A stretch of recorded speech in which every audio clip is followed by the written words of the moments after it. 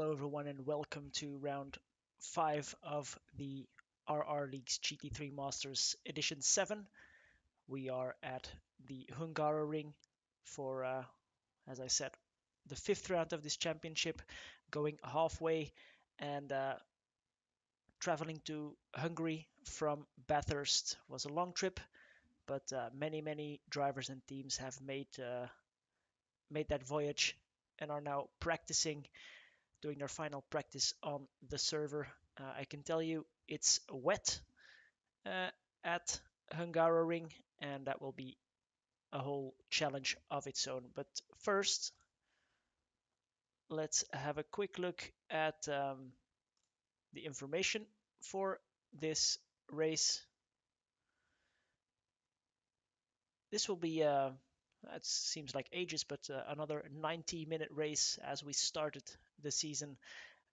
No mandatory pit stops, and as you can see, some rainy conditions which are present at the moment on the server. So light-ish rain, very challenging, and no mandatory pit stop. So everybody will have to figure out a strategy to make it to the end in first place.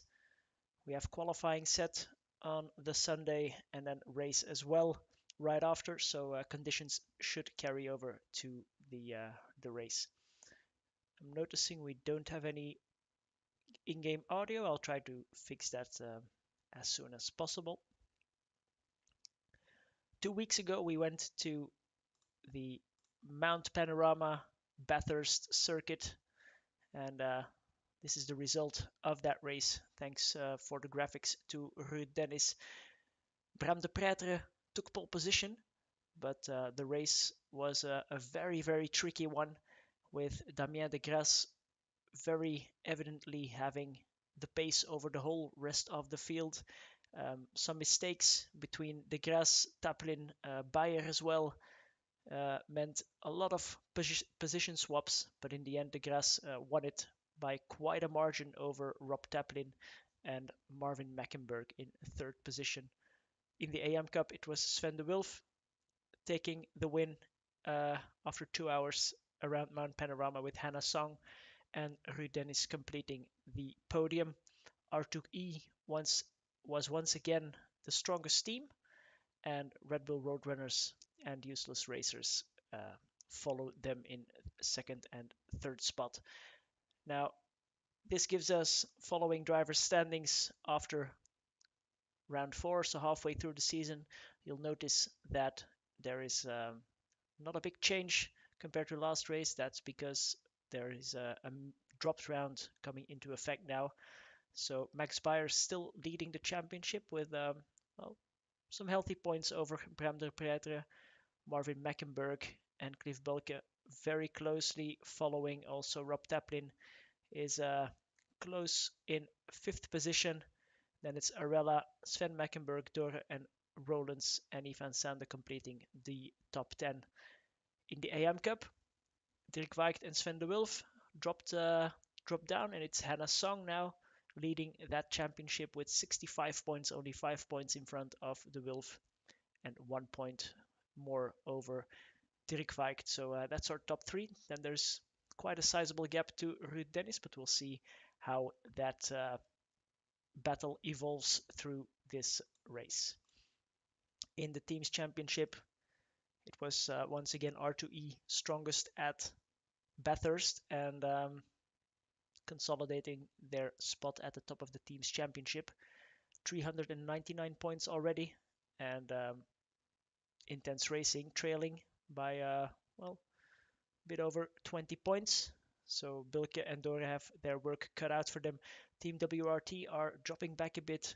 That's mainly because Amadeo de Keizer has not been joining us for the races in the last 3 races, I think. So we'll have to see if that changes, but if not, it will be very tough for Bram de Pretre solo to remain on the podium for the team's championship.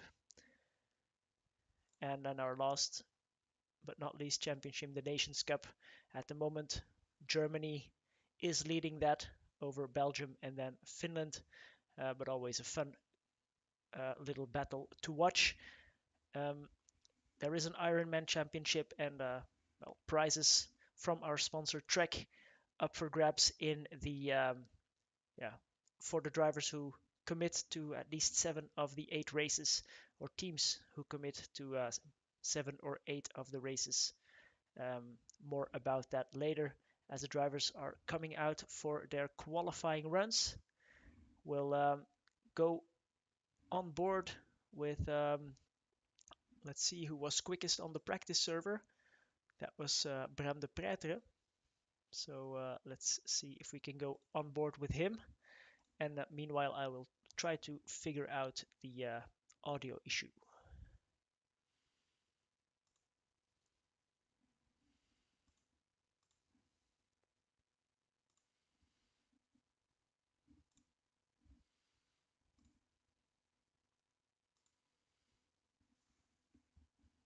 There we go. And I will fiddle a bit with my settings to try and get that audio back for you.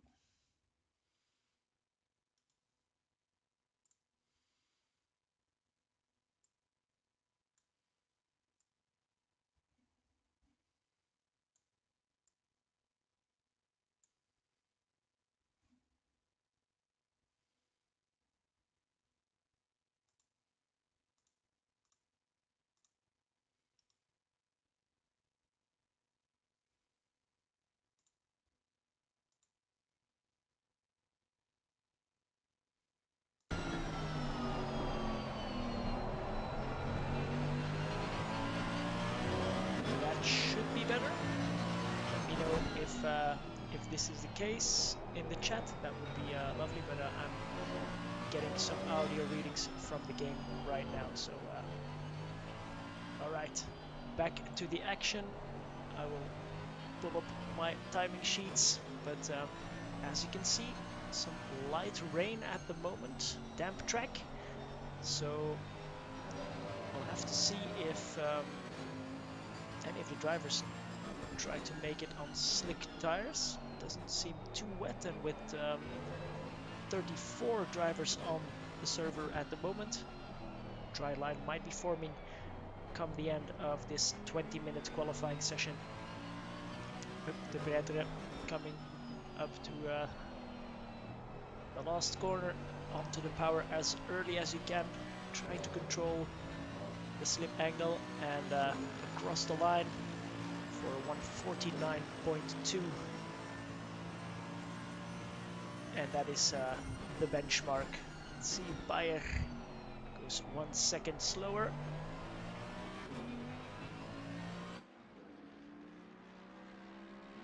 This is to give you a view of how wet the track is at the moment. Still raining quite a bit. It will ease off, and then in the next 7 minutes it will stop raining. So very interesting conditions. We saw that also at Monza, but there the session already started without rain.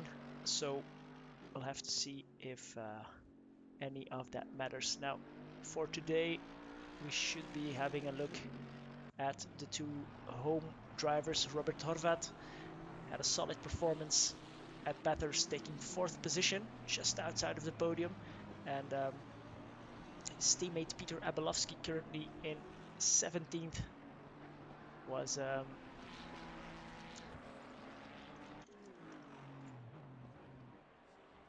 absent for a couple of races, but he's back now for his home race. Abelovsky currently in dropping back to P23, but Horvat putting his Ferrari in the top 3 now. Ferrari seems to be quick here at Hungaroring in the wet, and Radek Pavlacek for paradigm shift, putting his Ferrari on pole at the moment. Everybody getting their banker laps in, but of course, looking at the conditions, I don't think we can see what tires people are on. Let me check. No, I don't seem to get that info. double check. No. No, doesn't look like it. So we'll ignore that. But let's see who is going quickly at the moment. Cliff Bilke, the Porsche, coming up to the final corner as well. But yeah, we will probably see time stumbling unless the track will not be apt for slicks, and the guys will be dealing with overheating wet weather tires. We'll have to find out during one of our interviews, I think, because at the moment we have no clue what tires the drivers are on. I'm guessing wet weather tires for the moment. So at the moment, Pavlacek from Bulke, De Pretre and Horvat. Half a second separates them. Then it's very close. Hannah Song at the moment 1/10 in front of Sven de Wulf, who is another half a tenth in front of Stefan Vierlos, also at the AM Cup level. Let's see here. Here's Hannah, teammate of James Mead. Is James Mead around here for today? Nope. Hoping to see him in one of the final 3 races. But Hannah at the moment doing very well, and you can see all the 6 AM Cup drivers at the moment nicely bunched together, and then Ruud Dennis and Martin Hughes have not set a time yet. It's very easy to go outside of track limits here on this track, so that's another challenge, especially here in the wet. I think that's Hannah Song following Sven de Wulf or Frank Keurvelds, at least one of the Happy Feet McLarens. How is Hannah doing? Let's see. Not improving at the moment.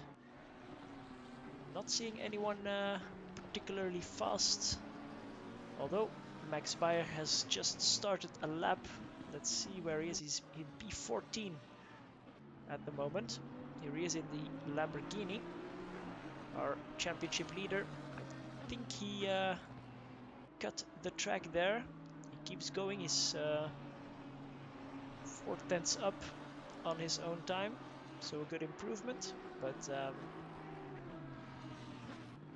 not too shabby. And Sven de Wulf jumps up into P15 and straight back in the pits and trying to get back out as quickly as he can. Sven de Wulf putting 6/10 between him and Hannah Song. Very solid performance so far for him. It's still raining.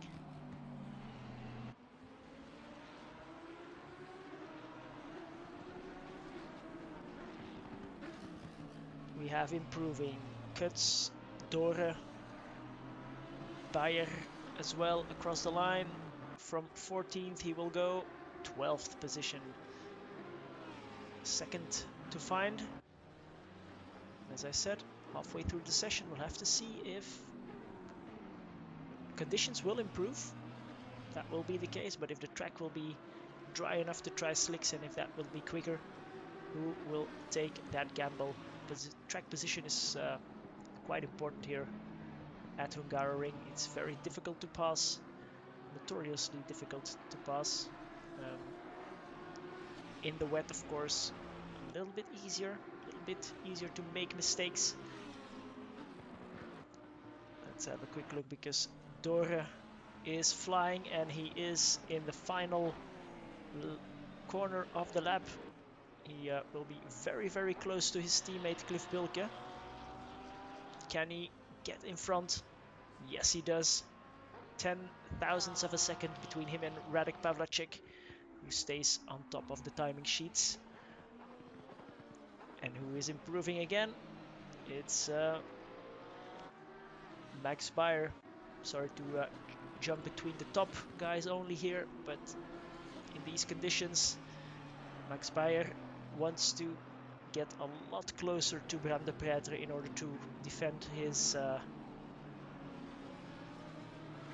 championship conditions. Bayer at the moment 7/10 up on his own time, so that would put him right alongside Bram de Pretre, more or less. Around the final corner. Oh, this will be close. Not the greatest exit. But let's see, 14th becomes 4th position, just in front, 0.02 of a second in front of Bram de Pretre. This is how close these two are battling for the championship. And at the moment, it's the only two that matter. If they keep performing like this, no one will be able to catch these two, and they will have to battle it out between the two of them. Wow, Dore is massively improving. Half a second, 7/10 up on his own time, and already in the final sector. So the track is really improving. I'm seeing purple sectors for a lot of drivers. Arella as well, 6/10 up. But Dore will quite easily snatch pole position, provisional pole position for now. Let's see who can get close to this time. 48.447 is the new benchmark. The track is improving. Pretty sure the guys are still running wet weather tires, but they will be smoking hot and done after one lap. So it's Dore from Pavlacek. Bulke is still in the 3rd position. How's the AM Cup looking? The Wolf is still 1.9 behind, but he did improve. Sven Heckenau in 2nd position and Hannah Song in 3rd for the AM Cup. But everybody, almost everybody improving. Bram de Pretre, 4/10 up. Where is he? Coming up to the Sector 3 timing line. He is about 2-3 tenths up. Pavlacek taking 2nd again. No, sorry, it's Bayer who was jumping up, and Hoedemakers from Red Bull Roadrunners. They had a great result at Monza, and Bathurst was quite nice for them as well. 2nd point scoring team, 2nd position for the Ferrari is great so far. Bram de Pretre 7/10 up on his own time now. We'll have to see. Hannah Sung, as you can see, jumped to the front. So the track improving, 6 minutes left on the clock.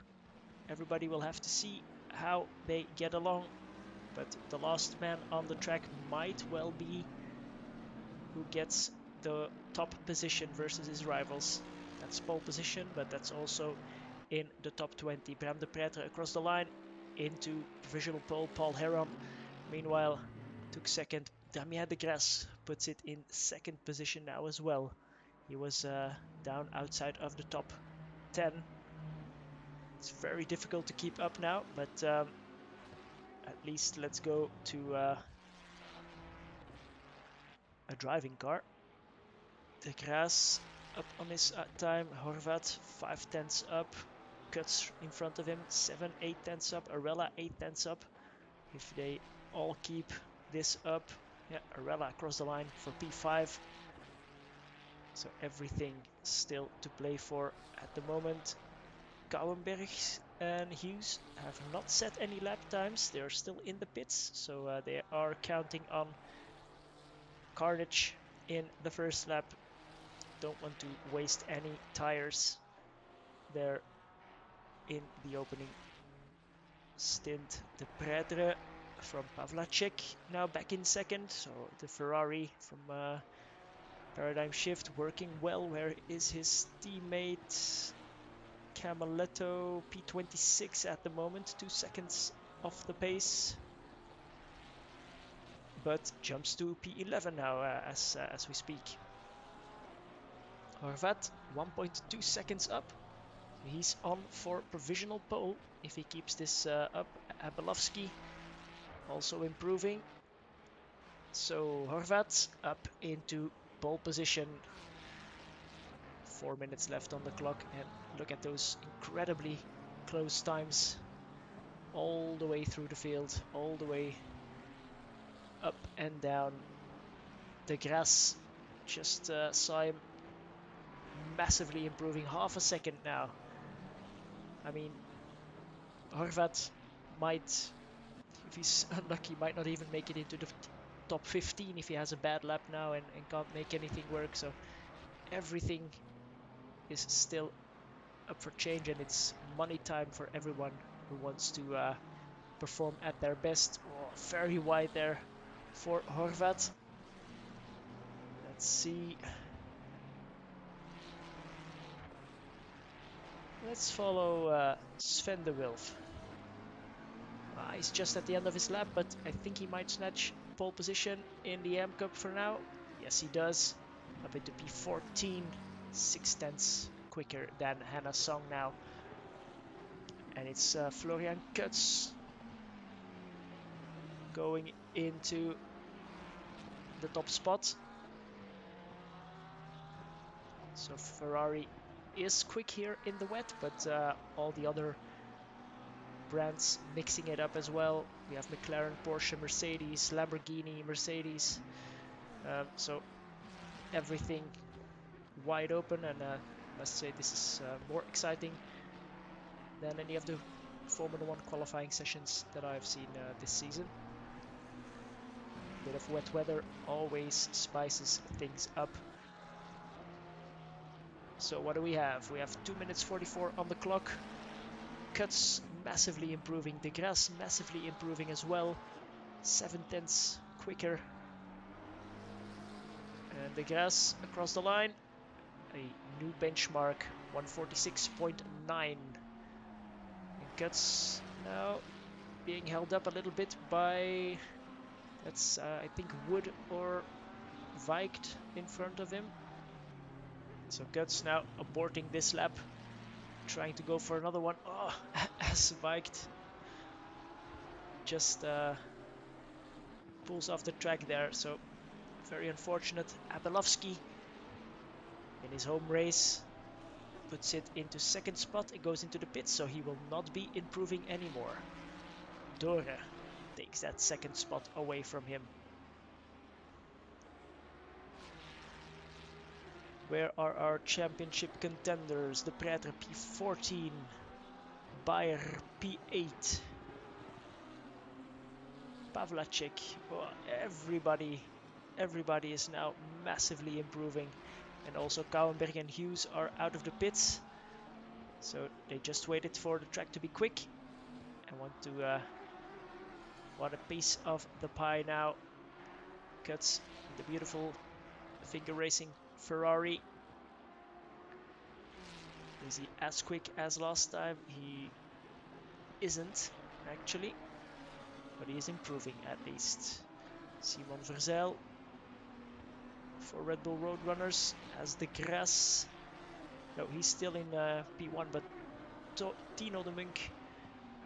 Wanted to say Rob Taplin, but Robert Horvat snatches P3 from him. Everybody to the fore now. Abelovsky P6. Still 40 seconds to start your lap. And anyone like Cy Fillingham, who's in the pits now, is going to lose out. And quite naturally, Sven de Wilf, Sven Hecke, Hannah Song are now together on the grid. Will that change? Will we see a change? Kevin Rowlands into pole position. Simon Verzeil, Damien de Grasse. So now 10 seconds left on the clock. Florian Kutz can still go for another lap if he wants to, but he is the last driver across the line. And he takes provisional pole in front of David Dore. It's all going very, very quickly now. Abelovsky has finished his lap. All right, let's see. David Dore. We've seen enough of Florian Kutz. Oh, Dore is behind. That must be Tommy Kossonen then, Florian Kutz's teammate. So he might not improve massively, but Kutz is improving. Ronens, Verzeil, De Pretre, P5. De Grasse, P6. Nemanja Manojlovic gets up into P5 as well. Cliff Bulke, P2. So intense racing. P2, P3 at the moment. Let's see, the grass is improving a lot. Robert Horvat takes pole for the moment. Florian Guts is still improving, but Damien de Grasse, let's see if we can quickly get up to his view, because he's 8/10 up on his own time. He grabs pole position from Robert Horvat. Is there anyone who can still challenge Rob Taplin? He's not quick enough. Tommy Kosunen not quick enough. Ralph Arella also not. So the only one who is actually within reach is Florian Guts. And he might come very, very close. A good final corner, and he might at least go P2. Take that away from Robert Horvat. Let's see. Oh, this is going to be close. 1/10 of a second between De Grasse and Guts. But that's session over. Nobody is improving. And so it's Damien de Grasse with a 46.0 taking pole position in front of Florian Guts. And then it's Robert Horvat and Max Bayer, second row of the grid. Then it's intense racing on the third row. Kevin Rowlands and Rob Taplin, Verzeil and Manojlovic to round off the top 10. And let's have a look. Sven de Wulf in the end took the AM Cup pole position. Hannah Song is right behind him. Then Cy Fillingham, Kouwenberg, Yves van Sande. And then Heike, Weicht and Vierloos in the end. Let's see. Ruud Dennis and Martin Hughes will be starting on the final row of the grid. But a very exciting session. And let's see if we can have a look at the weather. So it's raining at the start of the race, then it will probably get dry. So who will gamble on dry tires? Let's have a quick look who we could talk to during the session.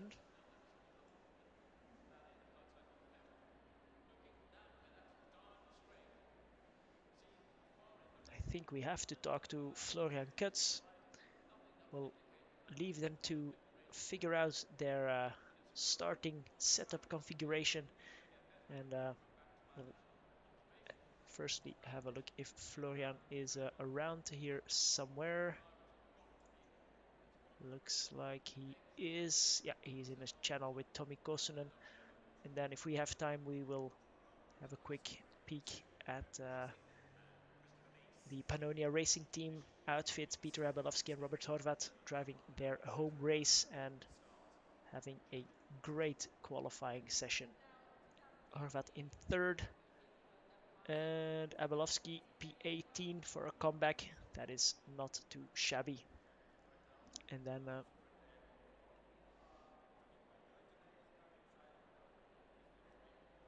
if we have a quick one, we'll see if we can get Sven de Wulf on the radio as well. Let me quickly prepare for that, so we can get things going as soon as the timer hits 0. Everybody gridding up now.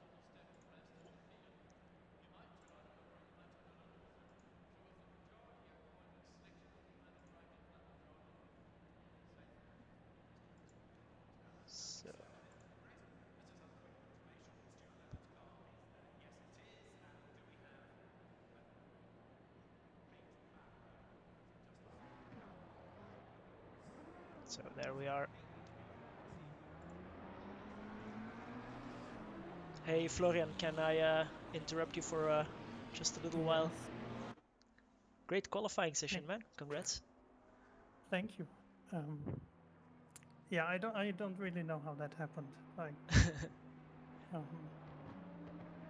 I tried a bit of a different setup, but I have a feeling I don't belong on P2, so we'll see how fast I can be in the race. We'll see. Yeah. Was it dry tires in the end of qualifying? Yeah, I guess. Yeah. Like as soon as the message popped up, I went on dry tires, and because I thought firstly it's going to rain less, and I need to get heat into them. Yeah. So the first laps were on wets and then dries. And only the first lap. Okay, On the oh, long that was intros. quite quick. It Yeah. looked quite wet on the stream, but all right. Then good luck, and we'll see you at the end of the race. Thank you. Good luck, Tommy, as well. Thank you. And Peter and Robert, can I interrupt you guys for a second here during the formation lap? Hi, Miguel. Yes, Hey, here I am. hey, congrats for a good qualifying session on home turf. Yeah, That was yeah, quite it challenging, I was think. satisfying. Do Sorry? you that was quite challenging? Do you think you could have been further up if you were later on, later across the line, or Uh, Probably a little bit? the times are very close to each other, so Yeah, yeah, probably if I had a later lap, then I would be, but the race is long, so I'm confident now. yeah. The car Indeed, is good here. indeed. Yeah. So yeah, I guess you will use all your track knowledge and hopefully challenge Damien and others within the top 10. And we'll see you after the race with a good result. I try, definitely. All Thank you. right. Good luck as well, Peter. Thanks, guys. Good luck to everyone. So let's have a quick look where we are on the track.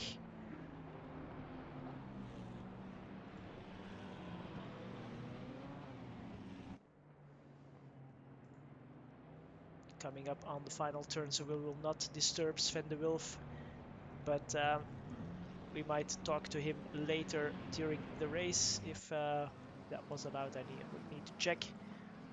We get rid of this track map and we get ready for the start of round 5 of the RRL GT3 Masters Edition 7. It has stopped raining already, but more rain coming in 30 minutes, so anyone on dry tires, I'm seeing a lot of different tire rims at the moment, but there we go. And it's green light. A good start for Damien de Grasse. And Florian Kutz immediately going defensive against Robert Horvat. Let's have a look a bit further down. Well behaved through turn 1. Oh, a bit of a tussle there. The back of the pack, but everybody gets it going once again, so everything still quite close. Who got past for second spot there? That must be Max Bayer, yeah, and Robert Horvat down into P5 at the moment. So Bayer getting a great start. Damien de Grasse getting an even better one. That's for sure. He already has a bit of a gap. So everybody settling in. Let's have a quick look at the track map to see if anyone has been left behind. 111. That is Peter Abelovsky, unfortunately, and number 39. Who is that? Hannah Song, unfortunately, from the AM Cup. But 90 minutes left for them to get back up in racing speed and back up the order.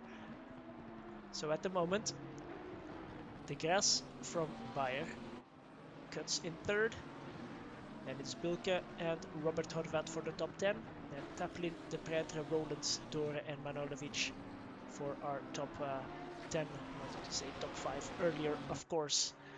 And Sven Hecke took a massive jump in front of Sven de Wulf in that race start. So let's have a quick look back to this. Everything's still quite close. A couple of incidents in the back with people dropping back, but nothing too major. Just a couple of going defensive there for Florian Kutz. Bilke going wide. Can Horvat take that position from Bilke? Yes, he can. Oh, and that's Taplin very, very wide indeed. And this is one of the more tricky corners here. try and get or stay within the lines. And the Prêtre takes that position from Taplin in the background. So P6 now for the Prêtre. He wants to stay as close as he can to Max Bayer. Ideally wants to finish in front of him, but as you can see, 30 minutes. A big challenge is coming. So this will we'll have to see who has made some compromises in their race setup, because everybody did a lot of wet practice, did a lot of setup work. Maybe all of these guys are now running some wet setups on dry tires, might not feel the greatest. Rob Taplin's teammate Paul Heron, he's in a very nice train of cars, and you can see, let's have a look in the helicam if we can get a good glimpse of that, but it's a great set. The whole main straight filled by cars, and that was not the Prêtre, that was Dore, and the Prêtre involved in an incident there. Is it the Prêtre? Yes, the Prêtre gets going, Dore gets going. So when we get time, we'll have to see what happened there. In any case, these guys get back up running, so that changes things for the likes of, well, Bilke, I think. No, behind Taplin. There is a bit of a gap here. Here's Taplin. He has a bit of a gap, 3 seconds behind, almost. But at the front, let's have a quick look if we can see what that incident was between, I think it was Dore and the Prêtre. Let's see. So Dore quite far. Ooh, late braking, and Rollins as well. Just a little bit too late, and then Dore, Rollins and the Prêtre tapped each other. Not a major damage, I'm hoping. Oh, and at the moment, the grass. Look at that gap. Only 3 laps into the race, he has a 5.5 second gap. He is more than 1.4 seconds quicker on his fastest lap than Max Bayer. So the grass and his McLaren in the dry working very well. We'll have to see if that stays the case when the rain comes. The track optimum at the moment, and the Prêtre dropping down to P17 now. He is behind Alessandro Penny, but look at that battle behind. Pavlacek, De Wulf, Dore, Kouwenberg. This is a very nice track to battle on, but also very, very tough, especially if you want to go side by side through here, which they don't do. And we'll get some onboards for you very, very quickly, because that makes it a lot trickier as well. Let's go on board with David Dore.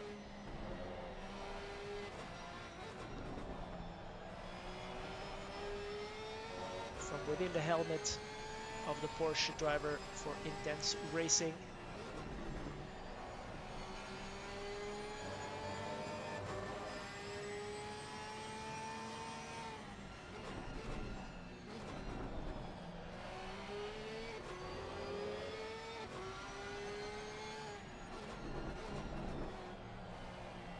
There's a big battle going on there in front of these guys. They might be losing a bit of time. And Dore has De Wulf. We'll go on board with De Wulf right behind him. And Hecke is right up the road there for De Wulf, so he has his target within reach and within sight. Hard braking. A little bit wide there for Dora. Maybe going for a bit of a gripper line around the outside. But onboard shots here in the afternoon at the Hungaroring, always a pleasure. And we will be treated with probably quite some rain in half an hour, so everybody can use these dry tires as much as they want, because in half an hour's time they will probably have to come in for a set of wet weather tires. As I said in the beginning, there is no mandatory pit stops, so in terms of fueling, we know the guys cannot make it to the end of the race, but what they have done in terms of fueling, we'll have to see. Maybe De Grasse said, I'm taking all the fuel out, going for half an hour of qualifying laps. And we'll lose out a bit in the pits. We'll have to see about that.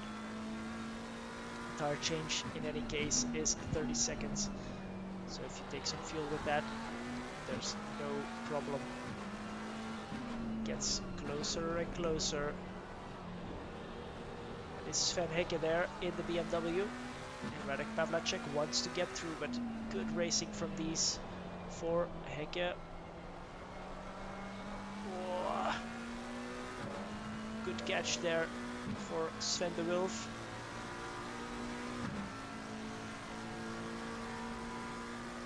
Hecke not being bullied out of the way there.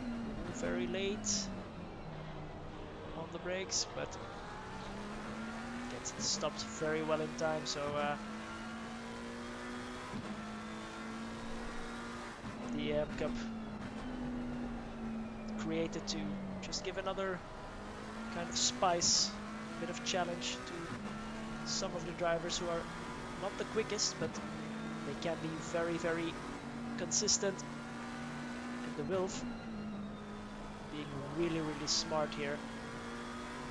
Really good job not going for that very difficult move around the outside here. Just biding his time. He's in second place. He has his target within sight. And he probably feels confident in his abilities to get a better and cleaner passing opportunity on Sven de Wulf. That's a big slide there.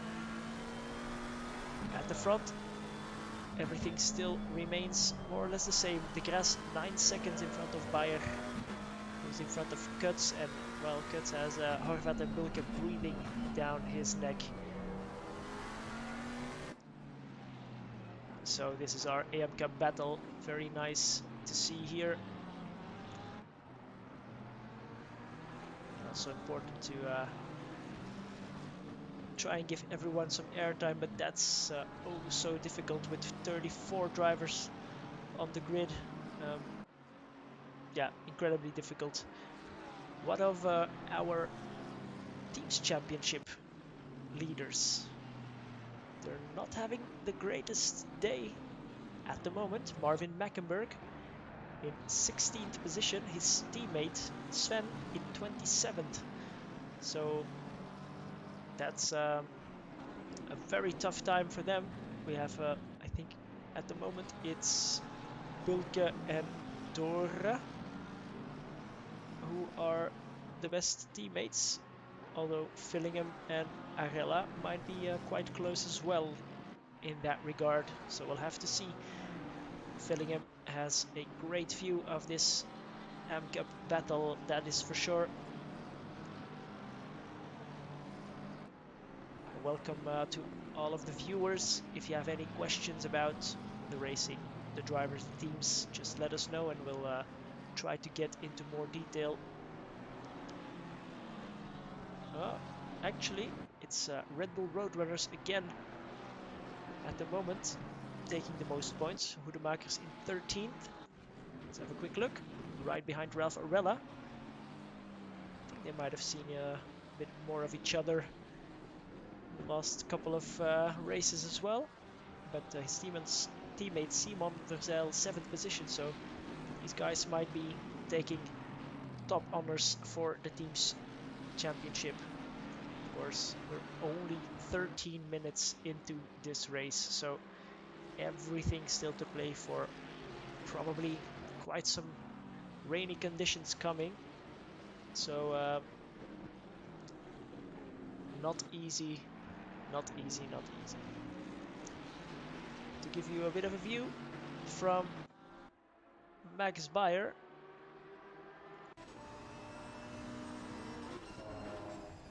This is Max Bayer's rear view mirror, and it's full of two Ferraris and an angry Porsche.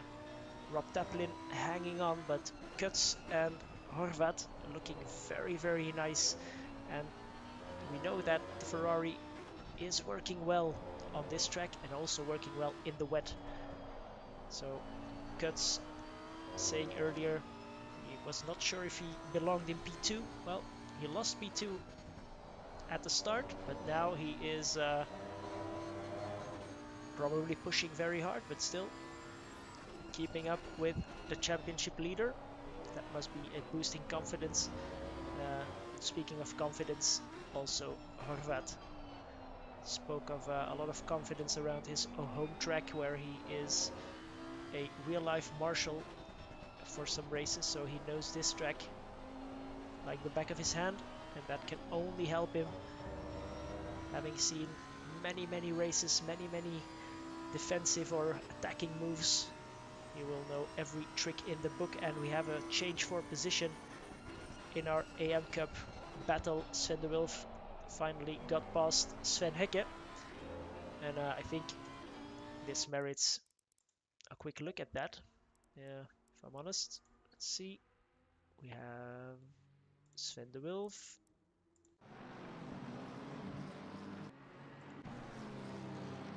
Was behind on the main straight, goes for the inside line. I think Sven Hecke outbreaks himself. Yes, he goes too wide off the track, and that is the lead of the race handed to the Happy Feet Racing McLaren of Sven de Wilf.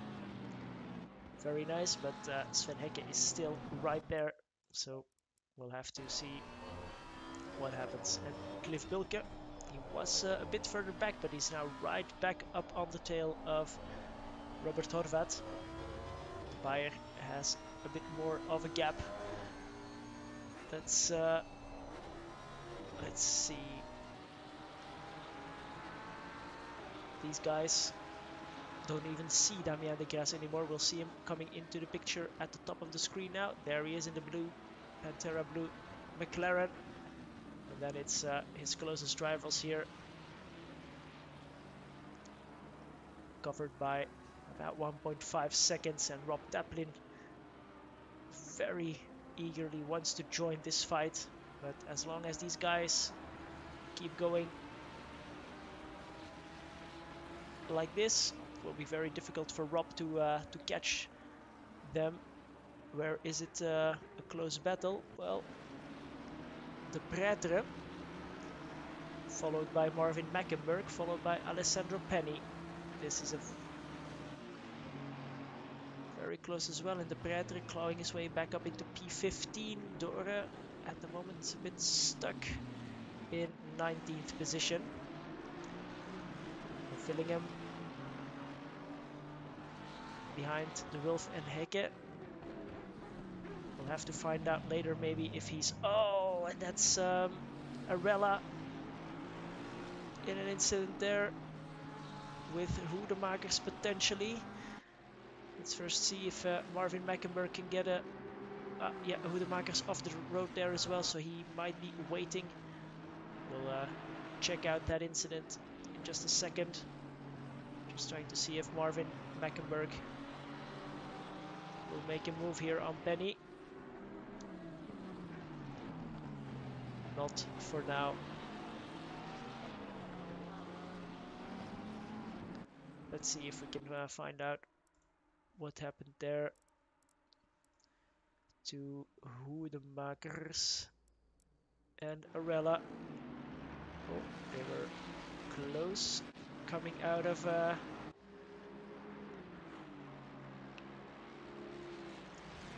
the first turn. following Tommy Kosonen.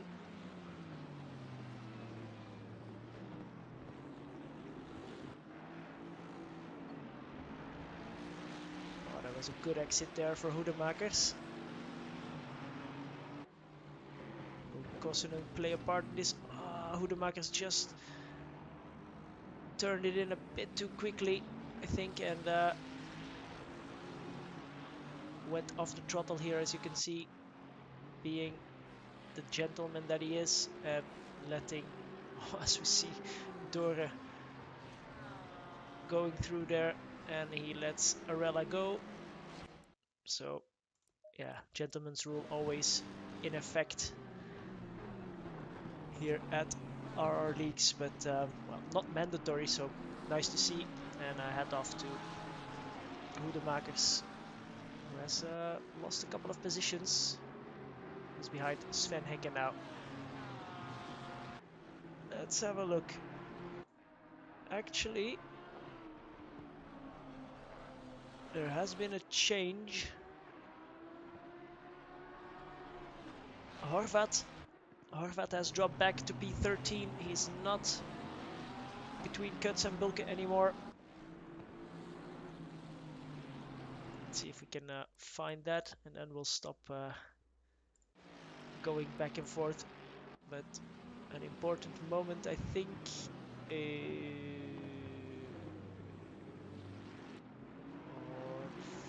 Horvat there.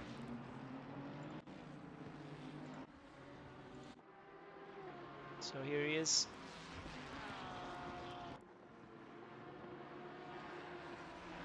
Still behind Kuts. Oh, very close there with Bulke.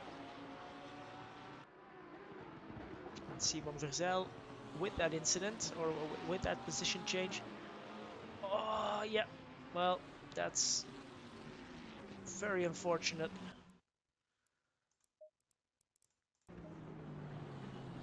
Let's have a quick look, because yeah, Taplin, he was very, very close to also passing Bulke on that, but well, Horvat taking the chicane a bit too shallow, and there Bulke was on the inside there, just a slight tap, but that's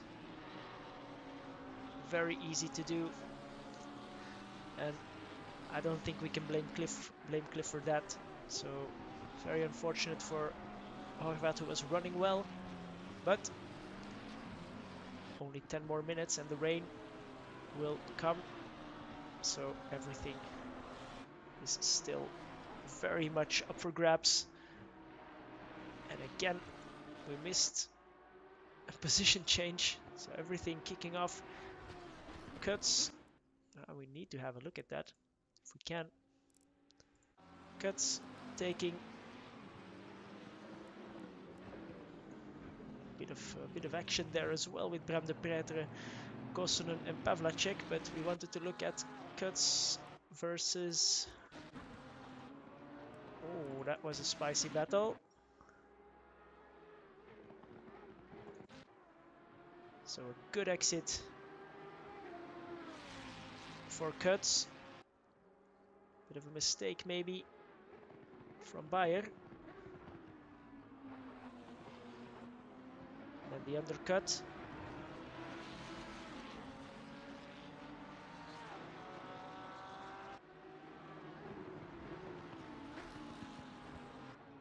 Oh, very nice indeed. A bit of a touch.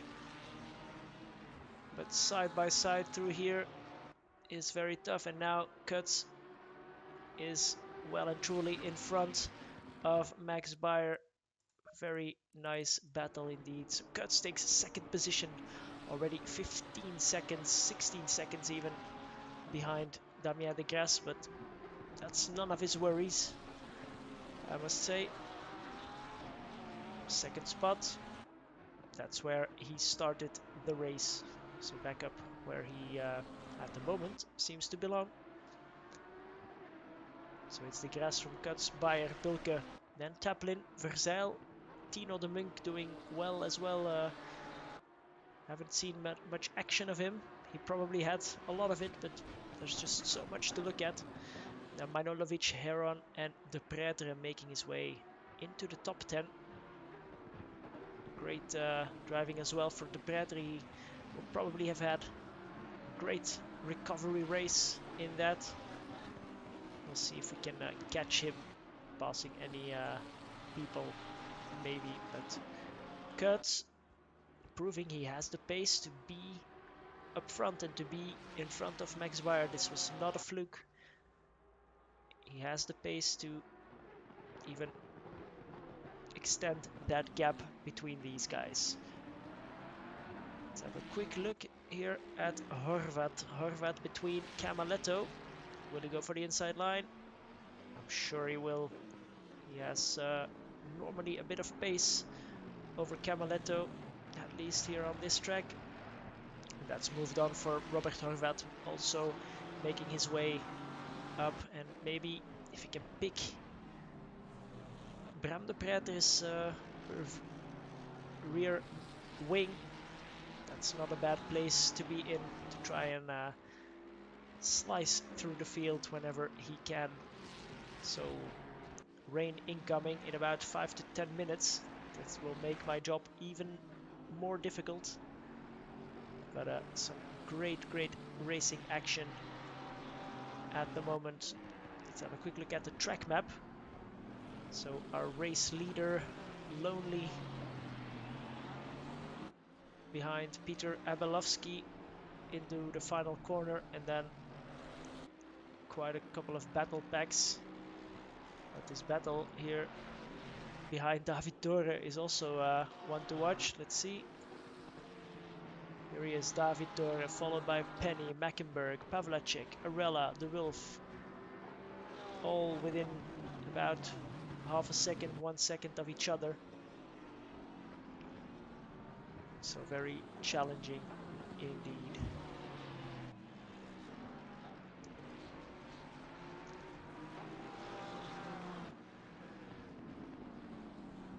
And Nigel Wood, we haven't seen a lot of him at the moment, but he is right there with Hoedemakers and Fillingham.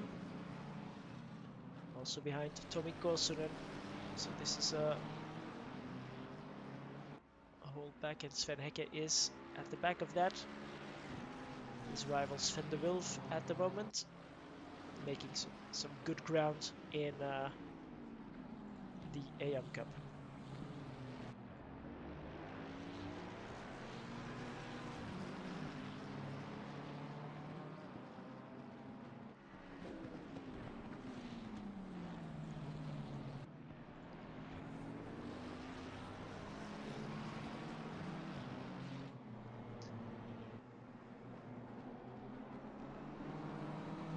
Battle of the BMWs, Hecke, Vierloos and Rollins at the back of that. Rollins was, Rollins has gotten past Vierloos. We see him here in the foreground. Vierloos at the moment, 3rd spot in the AM Cup, so doing very well. And Peter Abelovsky out of the pits and clawing his way back, a couple of laps down, but trying to get close again to the lead. And Rob Taplin at the moment seems to be a bit of a cork in the bottle, to not put it nicely, but he has Verzeil, De Munk and Manojlovic breathing down his neck. And let's not forget, Manojlovic is Damien de Grasse's teammate. So actually, I had forgotten these two were actually teammates, because de Grasse was away for a couple of races. Manojlovic also didn't attend all races, I think. But actually, these guys are now taking a boatload of points in the team's championship for now. But rain is now imminent, as we can see on the radar.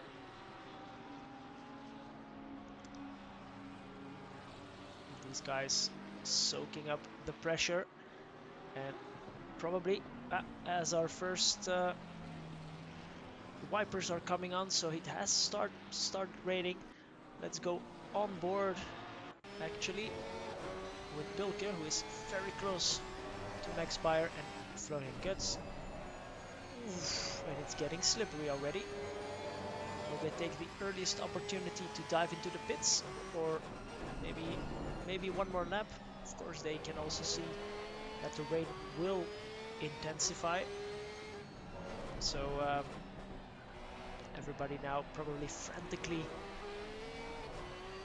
frantically fiddling with their pit settings, trying to get pressures right. That's another one of those challenges.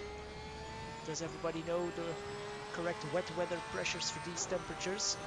If they had enough practice, they do. At the moment, nobody coming into the pits, but you could see, especially with the rear drive of the Porsche, very challenging to get on the power here. Also slow downshifts for Cliff Bilke.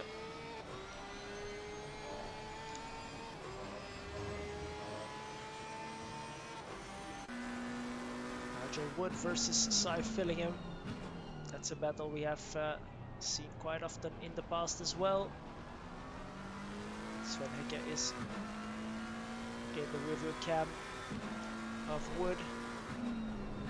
They have Hoedemakers and Koossenen in front. This is for the top 20 spots. So very important as well.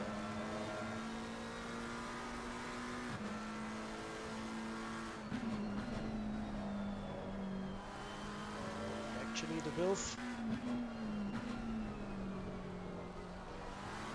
also really staying with Pavlacek, Arella and Marvin Mackenberg, and Alessandro Penny is in front. But you can see now from the onboards, everybody trying to find that last bit of grip that is in these already worn slick tires. The gap at the front very big now, over 20 seconds already.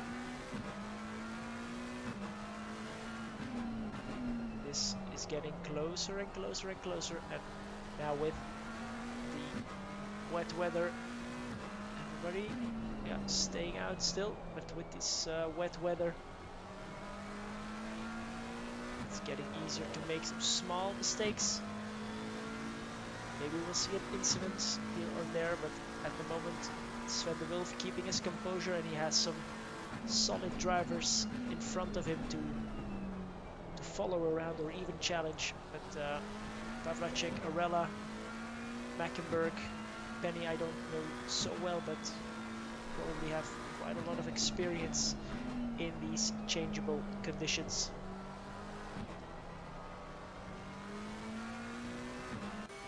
Dore in the Porsche is right behind Camaletto. Now, the question is, Bilke seems to be a bit quicker in the wet, but I wanted to say the question is, will we see a race of two halves? It will now get wet, quite wet even, then ease off a bit in half an hour, but will most probably get a lot wetter than this. And will we see the Ferraris of maybe Cuts, maybe Verzel, De Munk moving up the order, or is it just will everything remain more or less the same? Bayer struggling here against Cliff Bilke.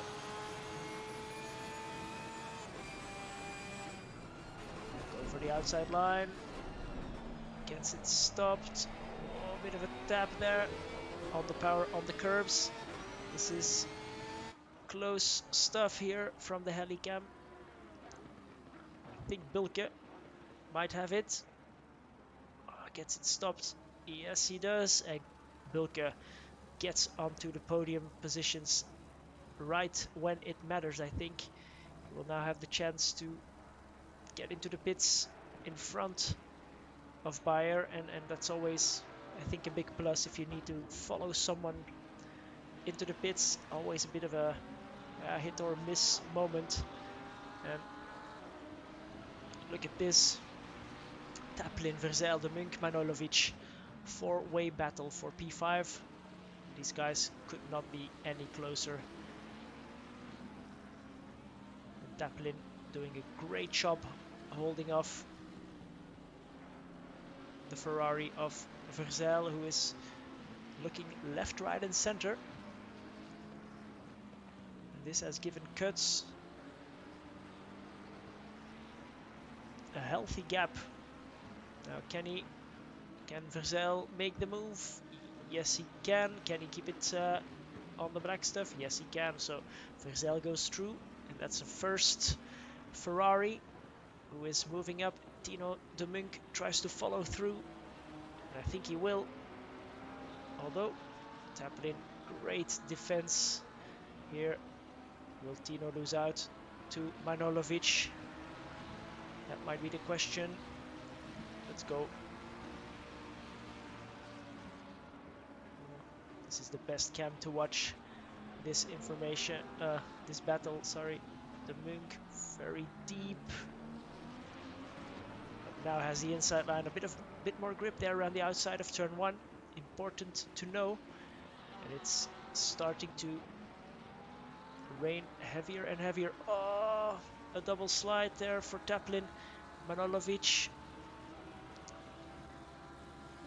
And the grass is in the pits and back out already. Oh, that was quick. That was quick. Of course, he had a big gap, but this gives Kuts actually the race lead. Wood is in the pit. Hecke is in the pits. Kuts has kept going for one more lap, but I think he will come in now. This is brave stuff for Damien de Grasse coming in first. I think it was a good call, actually. I wanted to say Manojlovic.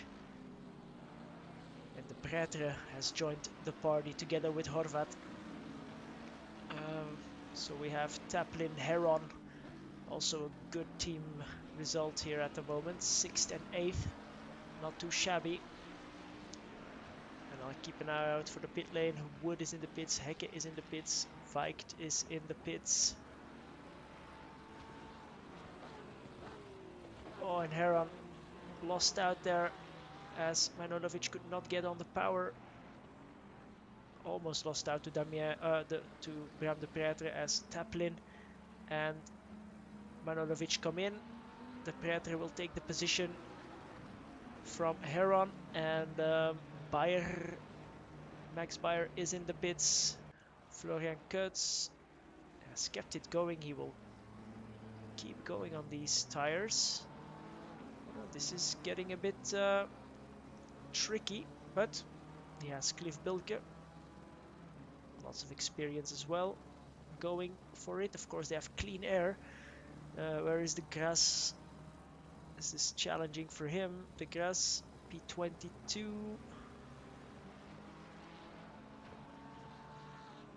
Why can't I find him here?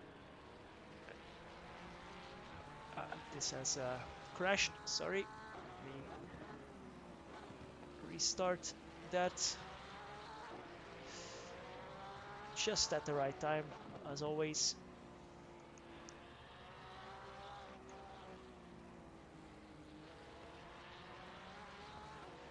Alright, we are back. Wanted to say the grass. Oh, the grass. Yeah, well, the grass has lost connection. I think he's in the pits, or he has even. Yeah, no, he left the server. The grass has disconnected from this race. We'll have to hear about it in the chat. I'll keep an eye out for that. But, well, big upset here. And this essentially puts Kuts as Dore gets a stop and go 30 for speeding in the pit lane. Very unfortunate. This gives Kuts the net race lead as Bilke keeps going. Now, they had a couple of drivers behind them, like Taplin, like Manolovic as well, who might have some advantage of coming in a little bit earlier, but still. So, the grass is unfortunately gone. Let's see if we can see what happened there. Disconnected, yeah. Just a disconnection, not really a game issue, I fear. It's not the first time that it happens, unfortunately, for Damien, having such a strong outing once again after his Bathurst performance. But Florian Kuts coming out of the pits. He is behind a couple of drivers, of course. Bilke is still going, and De Pretre is only... Is that really 4.1 seconds? What is it saying? No, it's 11.9. I think these timings have blocked once again already. So let's try again.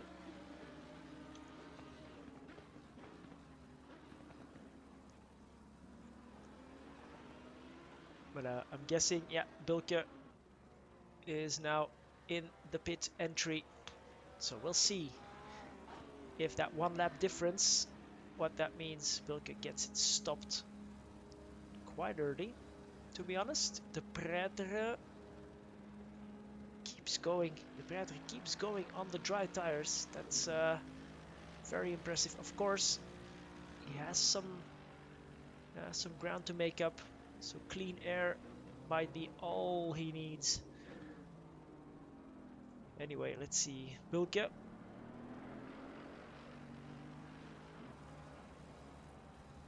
So Bilke in the pits. Cuts.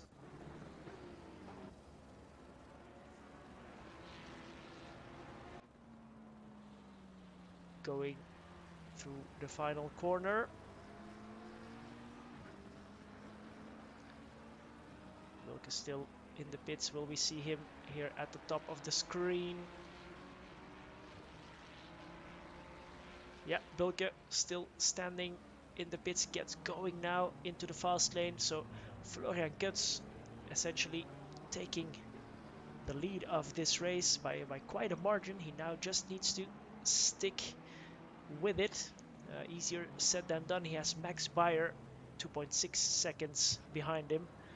So that gap has more or less stayed the same. Max came in quite a bit earlier, so the pace differential was not that big between wet and dry tires, which means that, yeah, well, the choice was very difficult and everybody had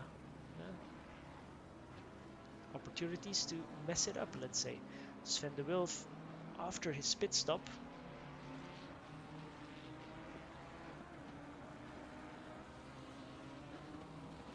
P17.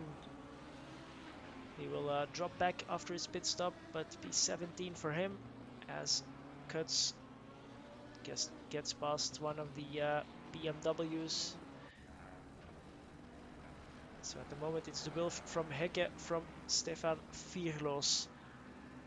Everything still to play for, and we have De Pretre.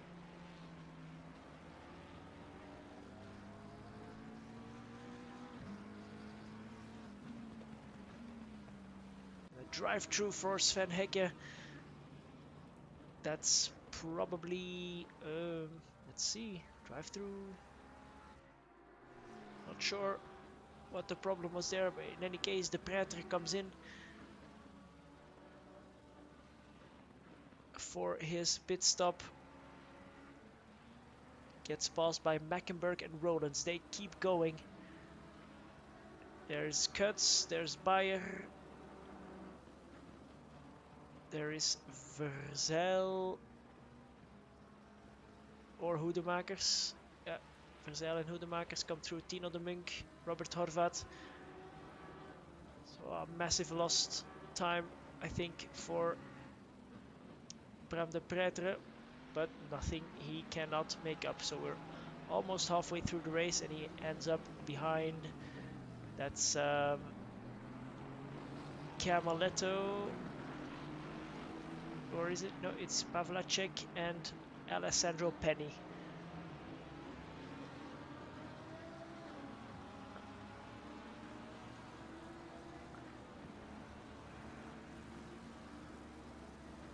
At the moment, it's Marvin Mackenberg in the race lead, but I'm quite sure that he will be coming in to the pits right now. It's raining heavily. The track is damp, it says. That's seems like a bit of an overstatement, but anyway, this rain will keep steady for the next half an hour at least. But Mackenberg seems to be happy where he is.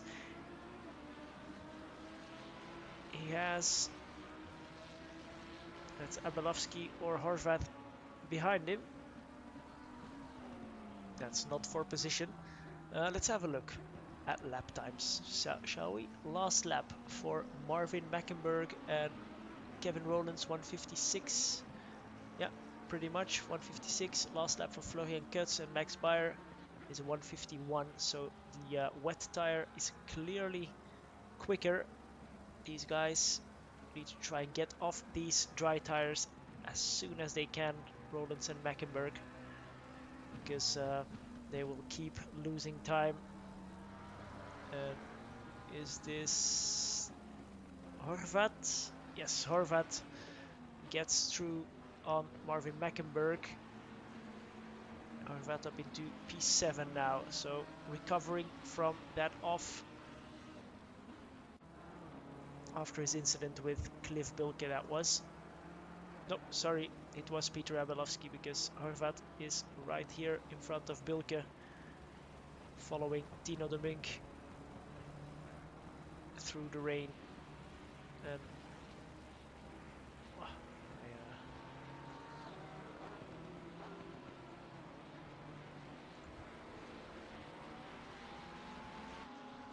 my tool is acting up quite a lot tonight, being very slow, unfortunately.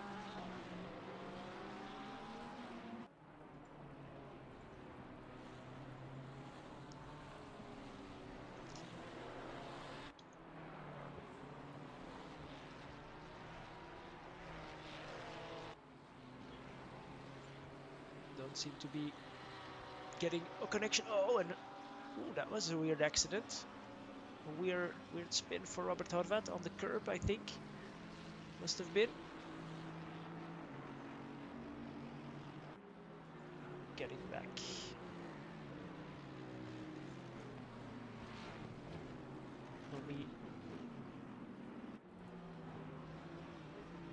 I think I'm going to have a quick restart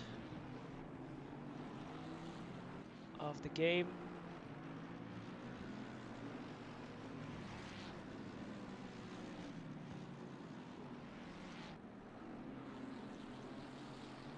Give you a bit of an image here for the track, but I'm going to quit the server and rejoin immediately. Try and see if I can get a connection to the broadcast feed again, because that's not working at the moment. Green light, go, go, go. So let's see.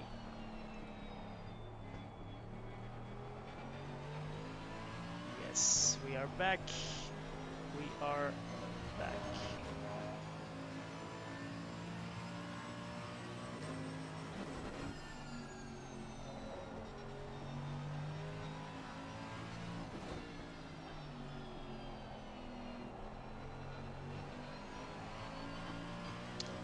Alright, so Marvin Mackenberg is still in P1, is he? Yes, he is. He is. That must then be Ruud Dennis. Not for position, but Ruud is on the wet weather tire, and you can see He is going quicker, so Marvin Meckenberg trying something out of the box here. Of course, it's not really raining that heavily, but he is losing about 6 seconds a lap. Rollins as well staying out, as also losing about the same amount of time, 5 to 6 seconds a lap. So these guys counting on it to dry up, I think, and then change to another set of slicks probably. Of course, 32 cars now on the track will probably mean it will dry up quite quickly if it starts raining less, but you can see him going backwards. Now, of course, who am I to argue? He is still in the race lead, so he has that going for him. Florian Kutz has a 4-second gap in front of Max Bayer. Rollins another 4 seconds back. Then it's Verzeil, Bilke, Tino de Munk. He is right on the tail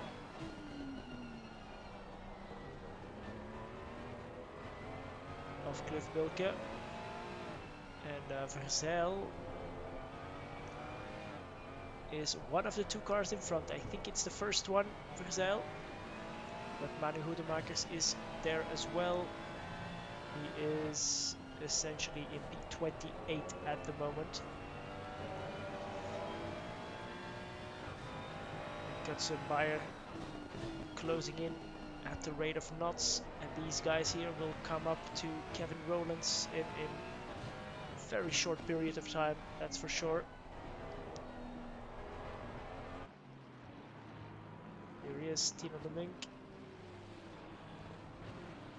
Sven de Wilf now in front of Stefan Vierlos and Sven Hekke for the lead. Sven Hekke after serving his drive-through penalty, and we have Taplin and Heron right there side by side behind Tino. There they are in the Lamborghinis. So here's Florian Kutz, and here let's go on board once again because this is going to be tough. He has both Nigel Wood and Dirk Weicht with him. Oh, a bit of a tap there.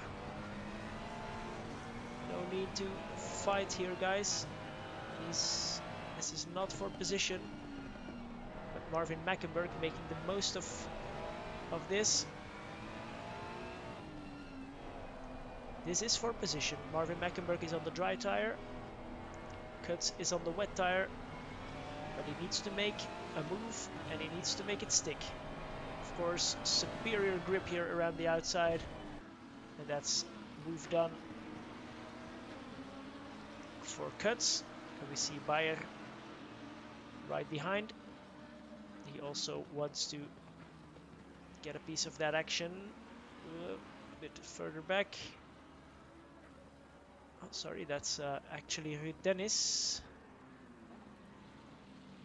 who will probably let his teammate go. Not at the moment.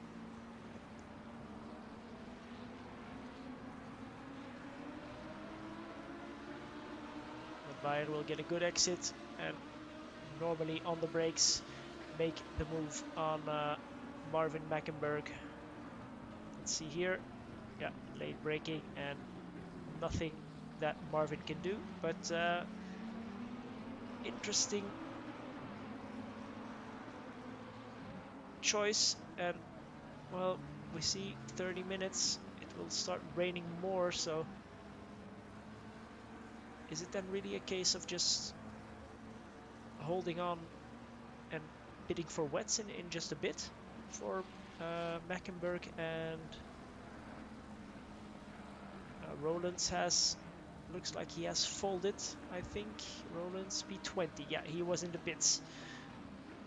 So he decided after seeing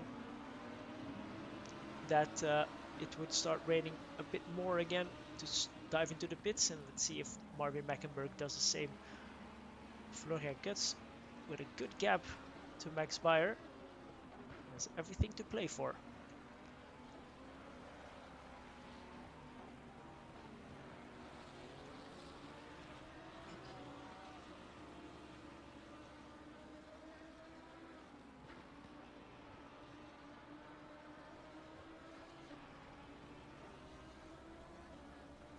Now everybody will be happy that the rain has come.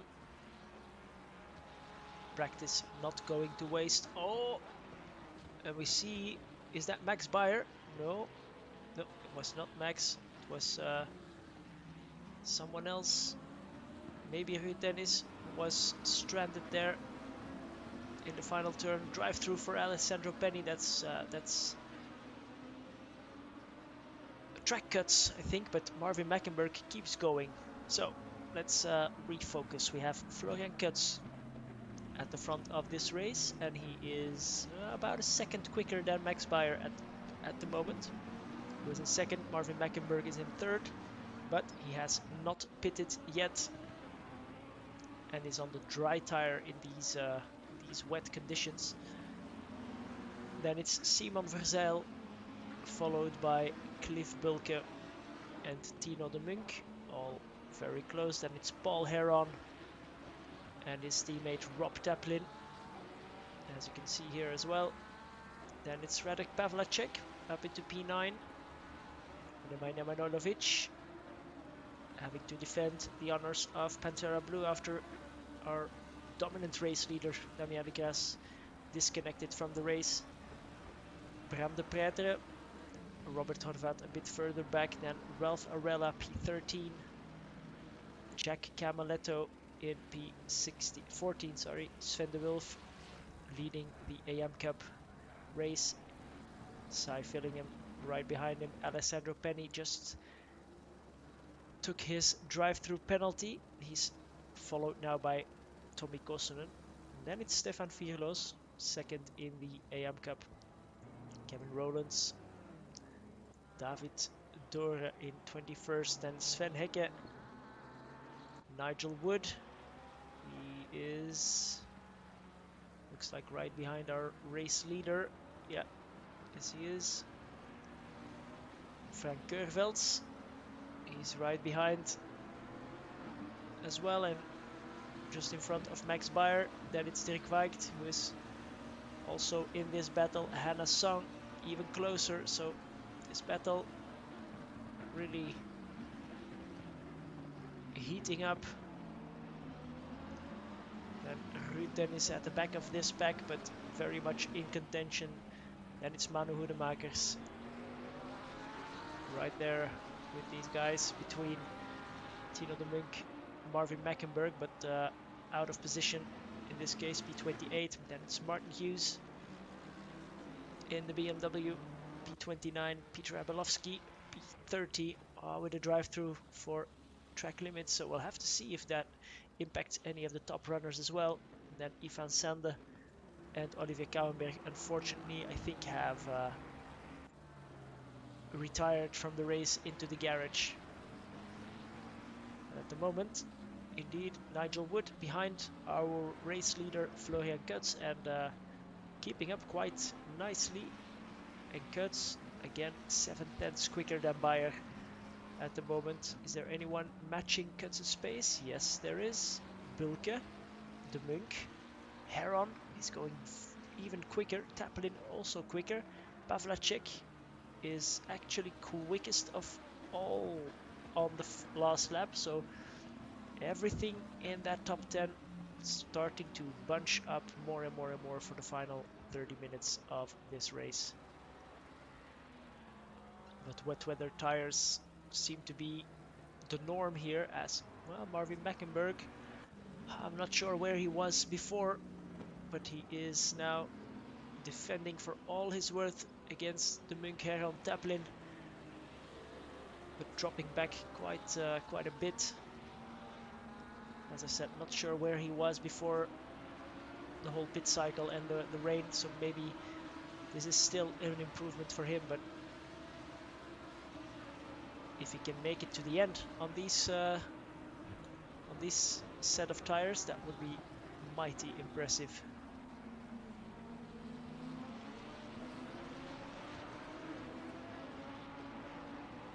Very quick lap times. Yeah, Wood with a 51.5. A lot quicker than his nearest competition, as he is driving just behind Florian Kutz. This here, 4th position now. Taplin, Pavlacek. Oh, there's... Was it Verzel? No, that was not Verzel. Sorry, that was Hoedemakers. Marvin Mackenberg defending for all his worth, but with these worn, slick tires, what do you expect? This is heroic stuff there from Mackenberg, that's for sure.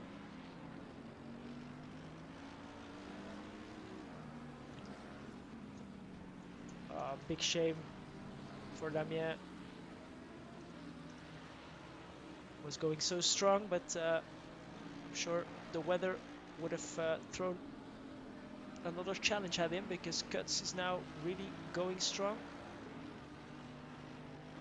Manojlovic, his teammate as well, so not saying that the McLaren would not be quick in the wet, but would be a lot closer, I think, than in the dry. Let's have a quick look here. Further down the field we have Ruud Dennis. Oh, and drive-throughs left, right and center now. Will one of the top 10, top 15 drivers get slapped with that one?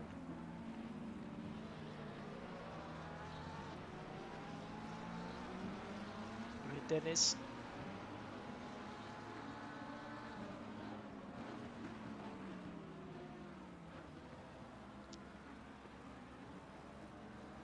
Letting Simon Verzel through, I think. This is then Keurvelds. Yeah, this is for position. Dunet, Dennis on Keurvelds. Good defense there. Close line for Dennis.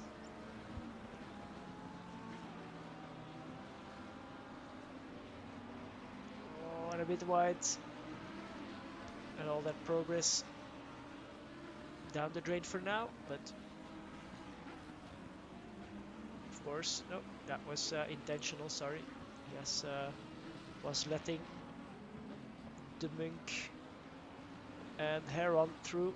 Taplin is right behind him, so another challenge for the drivers a bit further down the field, and the AM Cup drivers in particular, is negotiating lap traffic, and that's a craft of its own, that's for sure. It's a challenge to do that and lose a minimum amount of time, all the while trying to be sensible. And here you see Keurvelds letting these guys through, and the battle is back on between Dennis and Keurvelds at the front. Lap times between Kutz and Bayer settling down, but Bulkenau 7/10 quicker. So we are in for an epic final stretch of this race. I'm pretty sure of that. Well, Tino de Munk goes a bit wide here in front. There he is. He still keeps the position. But everybody struggling for grip, trying to find every ounce of grip to be found here around the Hungaroring.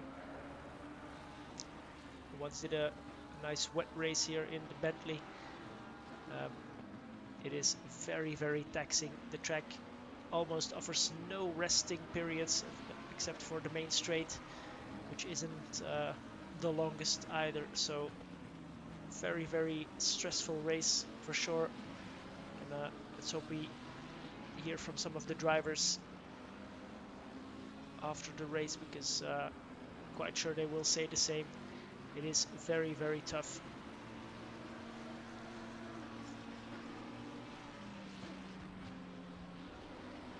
Paul Heron at the moment. It was always Rob Taplin for useless racers, who was more in the front, but at the moment Heron putting the pressure on Tino de Munk, who's again doing a great job. Really solid performances here, joining this pretty competitive league, but open to all. And I think before the storm comes, I'll give you this battle with a bit of a different cam and talk about our sponsor Trek. Trek is a Dutch sim racing hardware store which has kindly offered us 250 euros in vouchers for their store as a prize for this championship. Now this prize is not for the overall winner, is not for the best performer. It is being handed out to a random driver who has shown good commitment to the series, which means competing in 7 races or more, so 7 or 8. Those who compete in all races will get an extra ticket, an extra chance to be picked for that prize. So that is what we value most: respect on the track, respect first, winning second, and then also commitment on the series. We try to put on as best of a show, as best of a organized championship that we can, with all of our staff members, with this broadcast, with all the graphics, with the social media, the organization, etc. We ask of the drivers to consider that when they sign up, that they commit to the series and try to be there for at least 7 of the 8 races. That's also why a dropped round in the championship is in place, so you can DNS on one of the races or have a bad result, and that will not count towards the championship. But if you have 2 bad races or miss 2, then that will start impacting your championship hopes. And so commitment is key for that prize from our sponsor Trek. And then our R-League's staff have come together to offer another prize, which also values commitment, as that was again Gervelds and Dennis letting these 3 guys through. That's Arella, Horvat and Manojlovic. The staff have come together to put on another prize, this time for a team. So a team of 2 drivers who commit to the series and drive 7 or 8 of the rounds together. They will be put in ahead as well and will be drawn for a prize of 2 tickets to a GT World Challenge race of their choosing in wherever they live, and if it's possible, always nice to try and go together in that case and enhance that team spirit. So another nice prize for sure to go along this so far epic series. We are at round 5, 3 more rounds to go. We have Spa coming up in 2 weeks, which will be our longest race, 2.4 hours of Spa in 2 weeks time. So stay tuned for that. And then penultimate round is at Brands Hatch, and then we go to the Nürburgring for the final race of this season. So we get that out of the way and we focus on the final 23 minutes of this race. And these 3 guys here having a good tussle, I would say. And conditions have settled down a bit. I mean, they have stayed static more or less, so everybody now has a good feeling for their car, a good feeling for their tires. And Marvin Mackenberg, he is doing 53.7s. Has he pitted? No, he hasn't pitted yet, because where is Kevin Rowlands? He's in P19.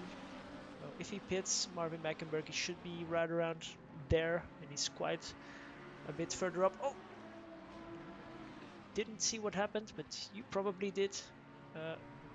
That's not what Marvin wanted. He's now in front of Cy Fillingham. Will he lose position to Cy?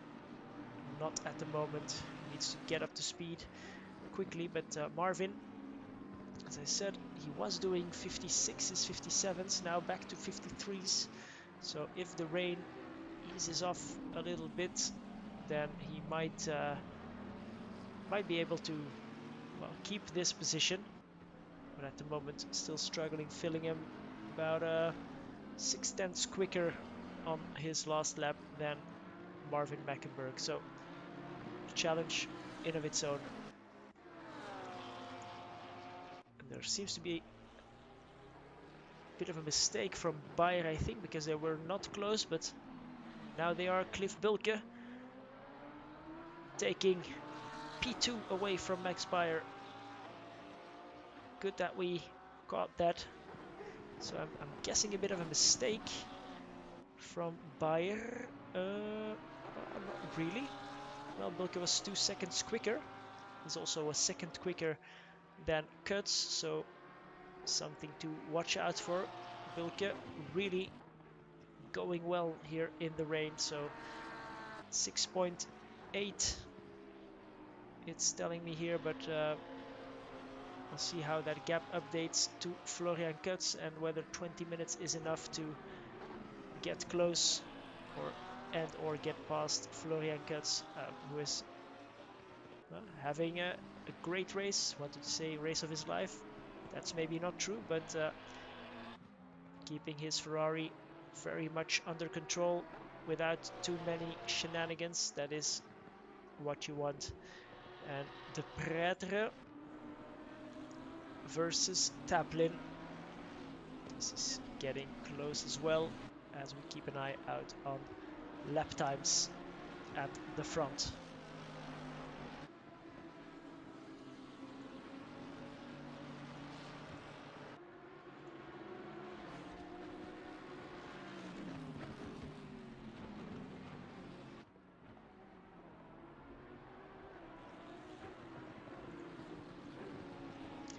Cy Fillingham getting the drive-through for track limits. That's not what you want to hear in the final 20 minutes of the race. So across the line, Bilke again 9/10 quicker than Cuts. Bilke at the moment the quickest car on the track. This is going to the wire. Quite sure of that. Cuts is not home free yet. And De Pretre, after his big shunt, P8 is not too bad. And can he go around the outside of Taplin? Not really. But he might pressure him into a bad exit here. Let's go on board with our GT3 Masters champion. Let's not forget, he is our reigning champion from last season. But Max Bayer at the moment is putting a lot of pressure on him. There's still this race and 3 more races to go, so anything can still happen. But at the moment, Max Bayer eking out that gap just a tiny bit more.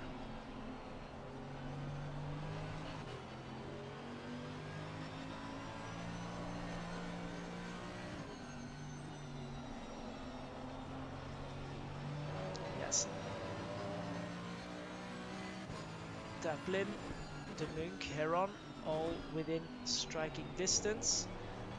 I think Cuts across the line 53.1, Bilke across the line 51.0. That's almost 1.9 seconds.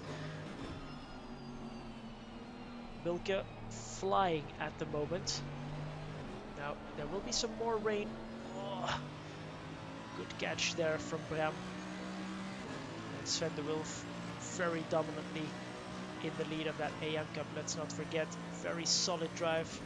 Haven't seen him make any mistakes so far. Doesn't mean that there weren't any, but Is Bram de Pretre taking that position? Yes, he is. Now Tino de Munk is next.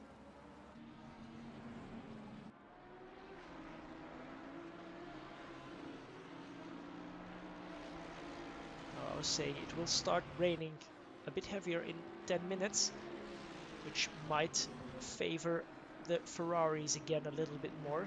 So maybe Cuts just has to hold on. But 53.1 is not the best lap. Marvin Mackenberg on his dry tires doing 53.0 as well. So he is also hanging on, still in P15, so not dropping back any further, which is nice. Oh, and Tino de Munk goes off there. Small tap, I think. Didn't see it, was looking at my other screen. But de Pretre moves up into P7 now. Heron is next. Bayer is a bit too far up the road, but right. Cuts 52.7. Bilke 50.8. So visually, this is our lead gap, and Max Bayer is right there in the background. This will get spicy. 15 minutes of this. Looking forward to that. Now, de Pretre has a bit of a gap to make up. Let's have a quick look. Vierloos and Hekke completing the top 3 in the AM Cup at the moment. Bilke looking very much in control now. Cuts hoping that heavier rain comes very, very quickly, I think. Because at the moment, he's probably struggling with overheating tires. As might Cliff be, but he's maybe a bit more suited setup-wise to these conditions. These a bit of a drier conditions. But these changing weather conditions was what we all had been waiting for. There were quite some chances of that in the past few races, but the universe decided no, as it did with Damien de Grasse's internet at the moment. Still keeping it together. Let's see, Camaletto having a good race still. He's behind Horvath. Didn't have the greatest qualifying session if I remember correctly, but now versus Horvath, he's having fun. I can see that, I can tell you that. Across the line, 52.6 and 51.4 for Cuts and Bilke. So Bilke still over a second quicker.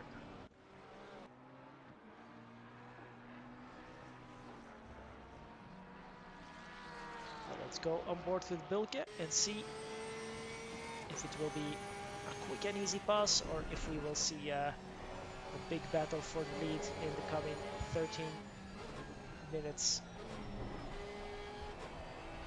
Is Cuts able to defend, or has Cliff? Does Cliff have that much more grip and speed?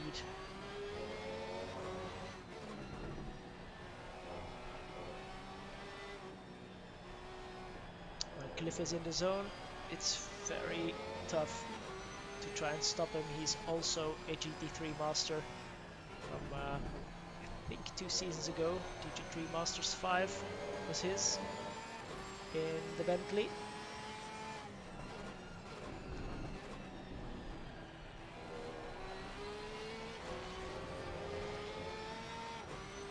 Cuts needs to go defensive already. Will we immediately see a move into turn 1? Let's see. Cliff not falling for the mistake of staying too close to Cuts and being backed up out of the exit of the corner.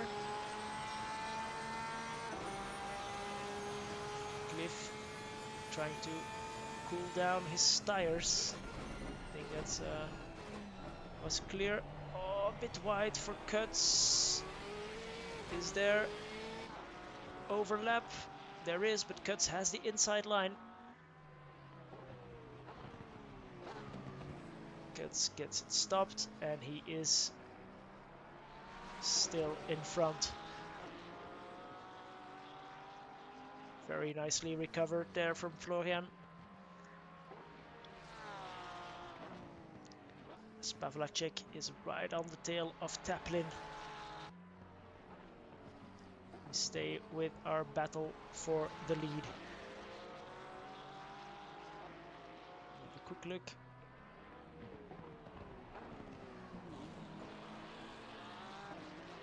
Yeah, the Wilf will take the AM Cup lead in the championship. Simon Verzel versus Paul Heron. Heron got past him. That must be, yeah, indeed. And the gap to Bayer quite big now.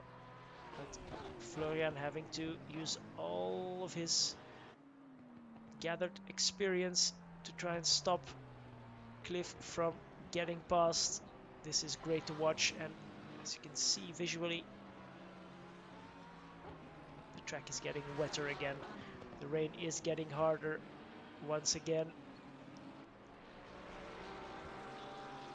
I think Cliff has a good exit there. Tough for Florian to defend.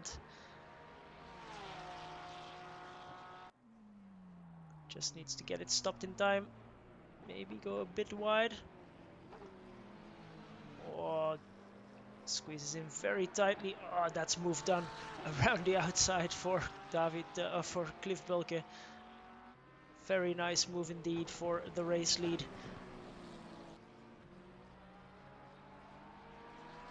Well, that was not one I had seen coming. Cliff Bulke in the lead of this race with 10 minutes left on the clock. Now, heavy rain coming. Can this be the opportunity for Florian Guts to stay close and pressure Cliff Bulke, or does he just have too much pace here at the end of this race? Bram de Pretre now up into P5. He got past Simon Verzel. We did miss that, but well, our lead battle was too exciting and too enticing to not watch, of course. De Pretre really moving up well and minimizing the damage or points deficit between him and Max Bayer, who is in third.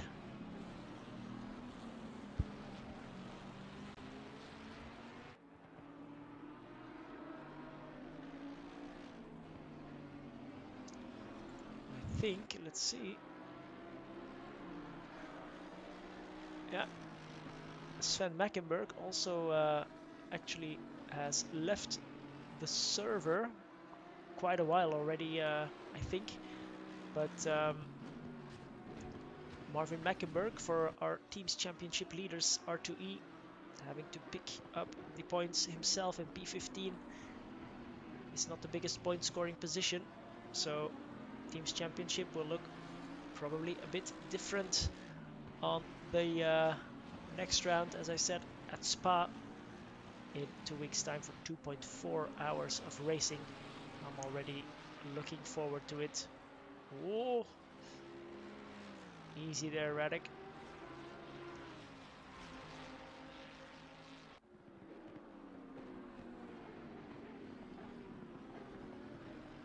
Bulke not showing any signs of slowing down.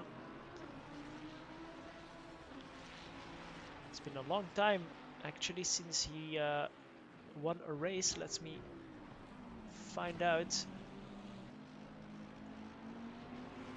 if I can tell you that. Actually, from his title-winning campaign GT3 Masters 5, the final round at Silverstone, he won in the Bentley Continental, and after that it has been well, pretty much top 10 finishes all the way for him, except for the last 2 races at Monza. Almost all top 10 finishes for him. So a win would do him very, very good.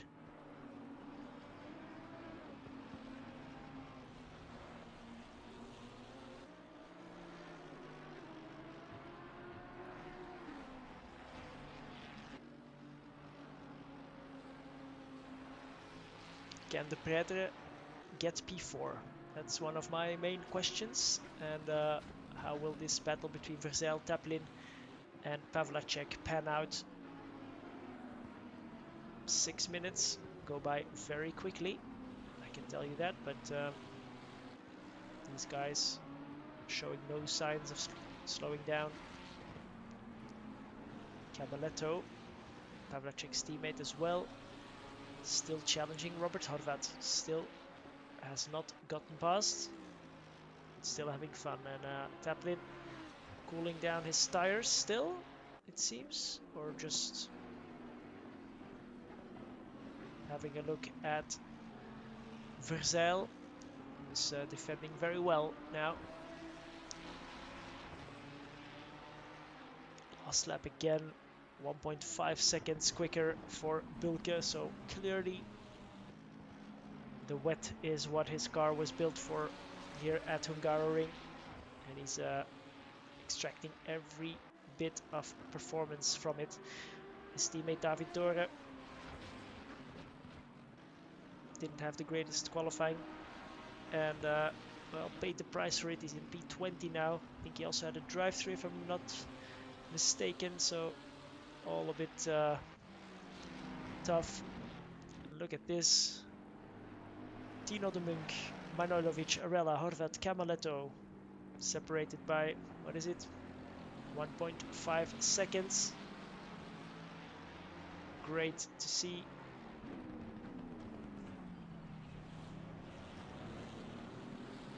And it's Tino de Munk currently at the front, so a great battle back here.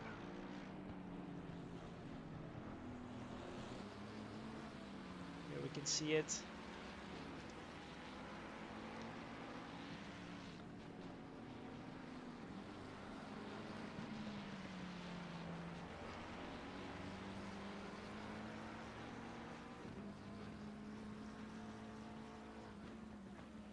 Pretre.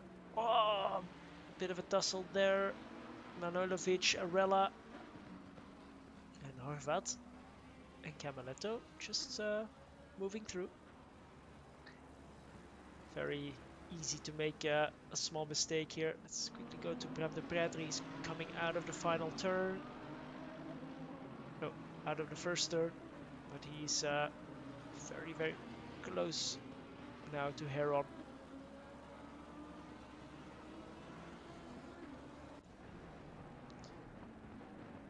Manojlovic and the Wolf right there with Arella, the likes of Arella, Camaletto, Manojlovic, the Wolf putting in some great performances over the last few races.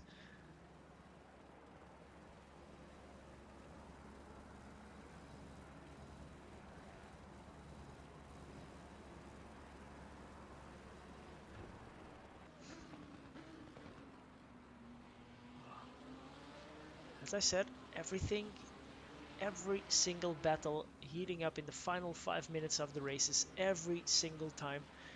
It's tough to pick one or the other. We have Verzel, Taplin and Pavlacek. We have De Pretre versus Heron.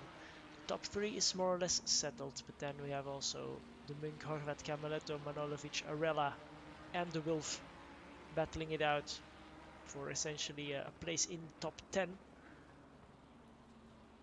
Very nice to see.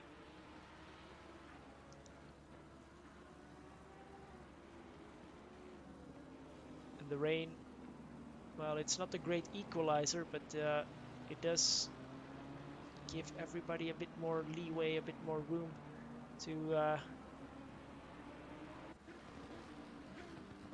to maneuver and to find strengths and weaknesses. The Wolves just casually sitting there behind Arella, an 8-time RRL champion.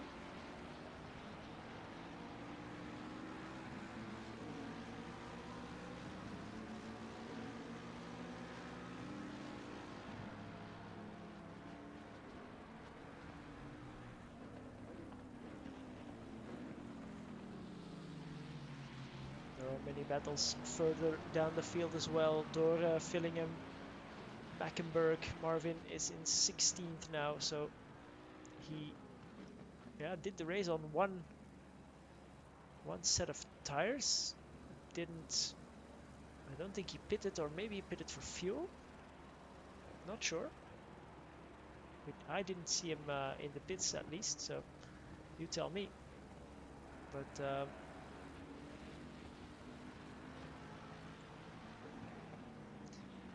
Tino Domingue has dropped back behind Horvat and Camaletto.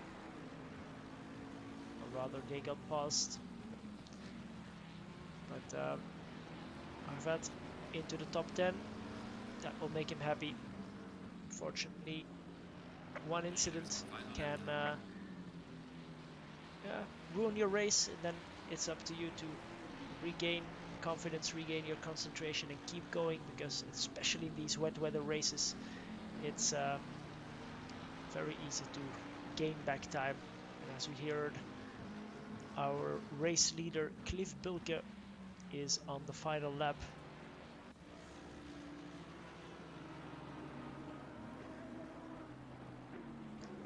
As Yves Van Sande comes out of the pits. Yeah, he will be finishing the race.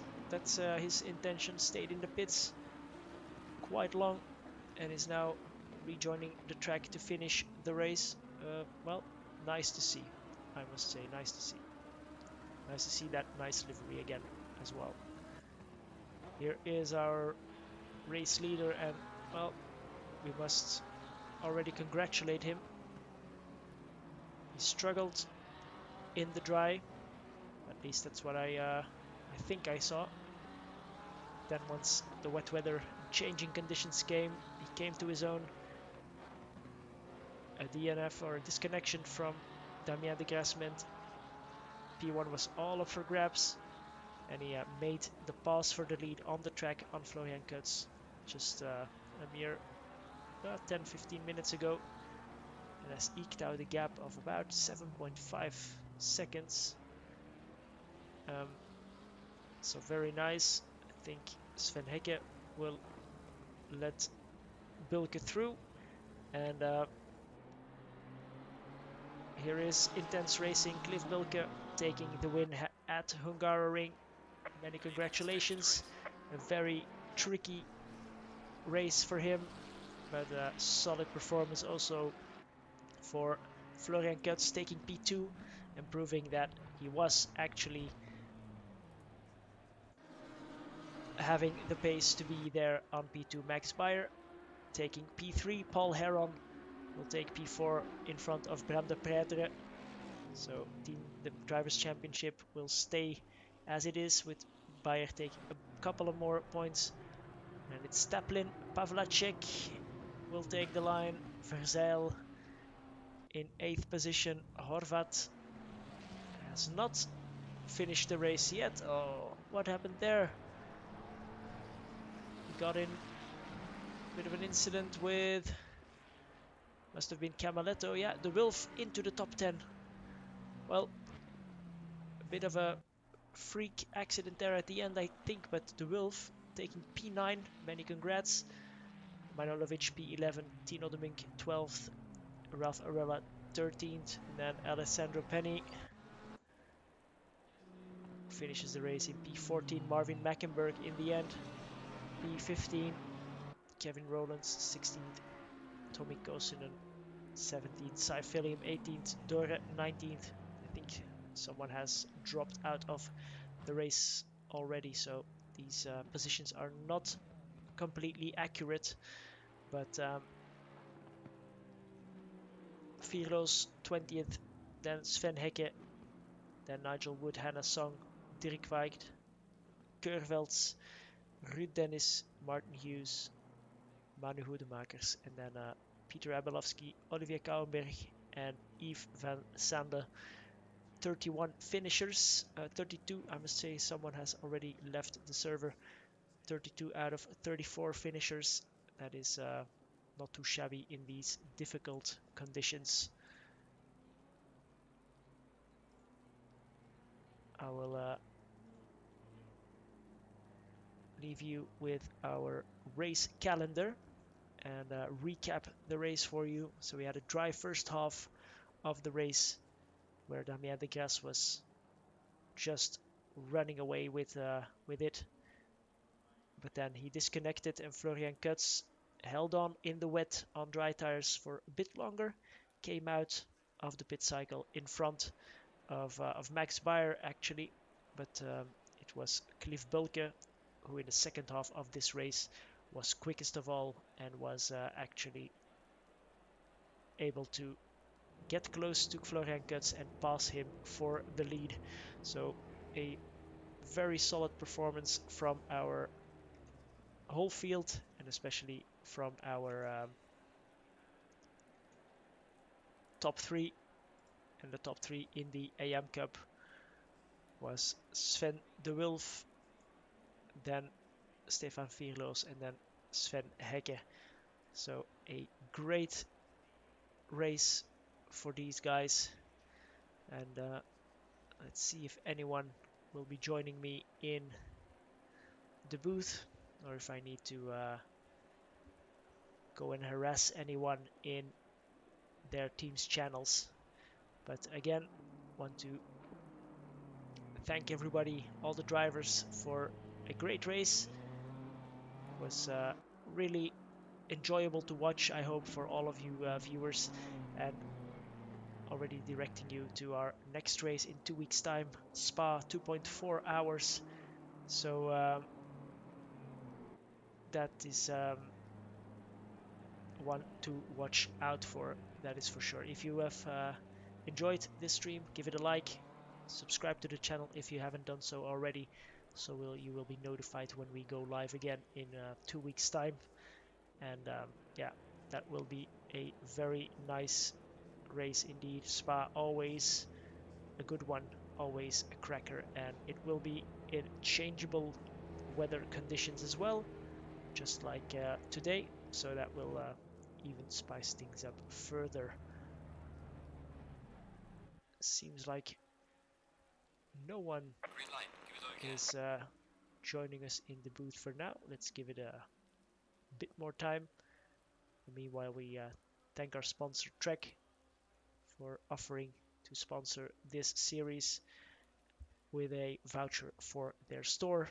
And well, we're not racing for prizes, but it's always fun to keep people in the game and actually committed to the series. That was actually what we saw Ifan Sander do, just staying there on the server.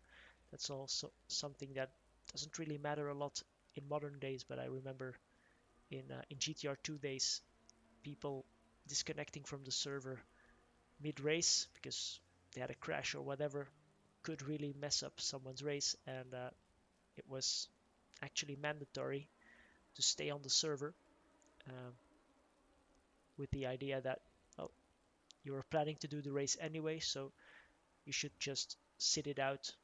If you don't feel like continuing, just sit it out until the end of the race to not impact anyone's race. But well, that's already more than 10 years ago, so we don't have those issues now, but it still shows a good sign of commitment. And speaking of GTR2 days, Robert Horvat joining me in the booth. Thanks, Robert, for joining. You were on for a great podium finish, maybe, probably, who knows? But just a small incident with Cliff, I think, through the chicane was. It was not Cliff's fault, actually. I had a big lag in the middle of the chicane, like for 1 or 2 seconds, and Cliff just couldn't avoid me, I think. Okay. Well, yeah, from the screen it looked like you were coming out of the chicane not very wide, and Cliff, was there. I think he was, I think he was in the correct line. I just, when I got the controls back, in the next second or the next moment, I got a hit from behind. So it was not on him, but it was a bad luck just. No, he was not to blame. That's for sure. No, he was not. I won't submit it or anything. It was just a unfortunate Unlucky incident. Yeah. And not too much damage after that. who could It was pretty much. 18 seconds, so I Hmm. think it was a couple of tenths, half a second. Yeah, yeah, yeah. I That didn't look so bad.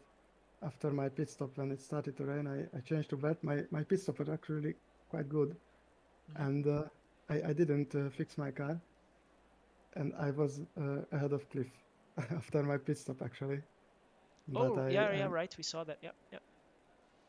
so until that moment it wasn't so bad, but I made a mistake. I touched the wet curb at the entry of the corner in Yeah. corner 11. So I spin first time, and I had another spin later after passing Nemanja. And then I had an incident with Jack, which was a bit, yeah, I In the was a last bit turn, over the right? top. I was struggling, yeah, in the last corner Yeah, of the we last saw lap. we saw the end of that. Not sure what happened exactly, but yeah, Uh, yeah, I had unfortunate. a bad exit from turn 12. I defended hard, Yeah. and I I prepared for the last corner, and he just stayed on his line in the middle of the track, and he pushed me from behind and Yeah. rotated me into the wall. So it was the end of the car. That's a shame. Well, at least you made Yes, it that across was the line, and well, the the Ferrari top was 10. showing good pace in the wet, so and in the dry as well. At least a podium, but I think I could have challenged fifth and Florian and anyone else. Yeah, yeah, indeed. But that's life. Yeah, well, yeah, just like Damien was, he was really dominating, but then the What disconnection, happened to him? Disconnection. yeah, his internet Oh my really god. dropped, so it was not a game issue Shame or for something, him. but that's a shame because I think he was 20 seconds up the road before the rain started, so that was he was really strong.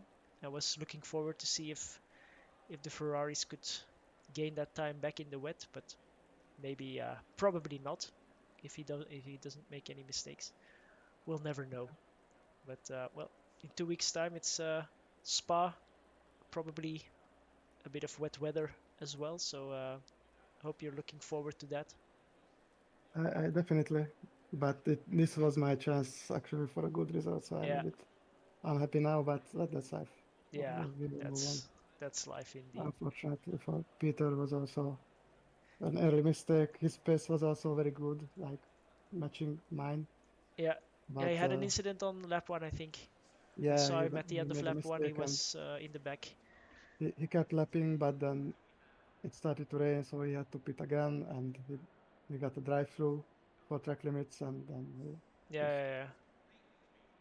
was Well, off. and we have P2 as well joining us. Florian, hey, you said before the race, I'm not Congrats, sure Florian. I belong in P2, but in the end, 90 minutes and some rain doesn't lie.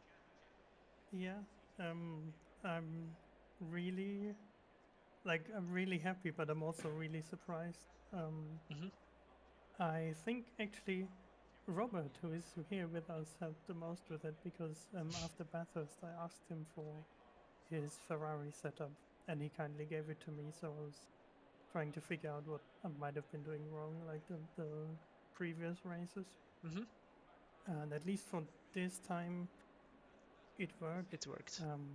I don't think Spa will be anywhere close. Like, I'm I would be hoping to be within the top 10 or like looking towards the top 10. That would be really great in Spa. Yeah, So I will see how that goes there. yeah, yeah. Robert also said this Hungaroring in the wet with the Ferrari was probably the best chance to get a podium or get a really good result from uh, Yeah, from this car. So, well, like it's I'm told that Hungaroring is really good for the Ferrari anyway, but then rain is also really good for the Ferrari. So yeah. we will see. Actually, I hoped for a dry race, but this mixing conditions was very interesting, so it was quite good. It made it very interesting. I think we need to figure it out later, but I think Marvin Mackenberg didn't stop. I never saw him stop. He was on the dry tire and he Oh, I see. kept out. I don't think he stopped. Maybe for yeah, he should have pitted for fuel, but I didn't catch it at least. So he at Yeah, least did the whole race in on the same tires. So in the dry with all the tires. dry running, you would have to pit for fuel. Yeah. Although in the wet, the Ferrari could have made it without stopping. Exactly, But a bit of Okay. Interesting. Well, tires for the short yeah, thing, yeah, yeah. actually. Yeah, he's in the Lambo, right? So not sure. We'll have to figure out. I don't know if he has posted here already. Gambling first I was have the to figure only. out what Cliff did to be so much faster. Like, was it? I'm new to Assetto Corsa Competition. Is it like pressure that makes this big I difference in the end? I think. Well, I can't see it from the stream, but I think the only big difference could have been pressures because he was really catching. I think 1.5 2 seconds a lap, so Yeah, that's really yeah. a big difference. You were closer in pace normally, so I'm guessing that would be pressures um, for him. Also, But I think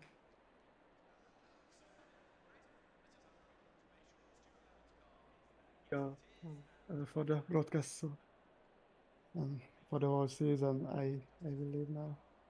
yeah, all hmm. right. Bye bye, guys. Thanks. Thank you. Have a nice evening. And You you too. too, Florian. Thanks for joining and well, enjoy the good result.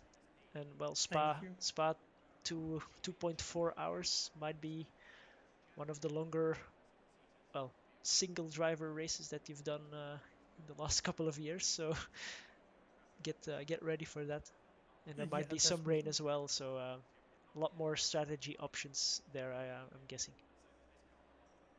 Yeah, it will be interesting for sure. And then it's Spa.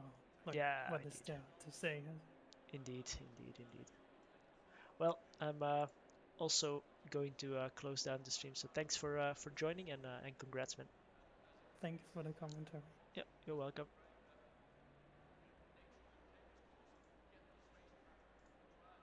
So that's it, everyone. Hungaroring round 5 of this championship done and dusted. Race winner Cliff Bilke, and we heard second place man Florian Kutz talking us through his race. Third spot was for Max Bayer. So a great top 3 once again. And the AM Cup win went to Sven de Wilf. He will probably jump Hannah Song in the AM Cup Championship. But if you want to find out, then tune in 2 weeks' time around the same time as today for the 2.4-hour race at Spa for round 6. And then we'll maybe have a quick look, or we'll most probably have a quick look at the championship standings, and we'll have a great evening of action once again. Thank you everyone for joining us, and if you haven't done so already, give the stream a like, and see you in 2 weeks' time. Thanks everybody, and have a good evening.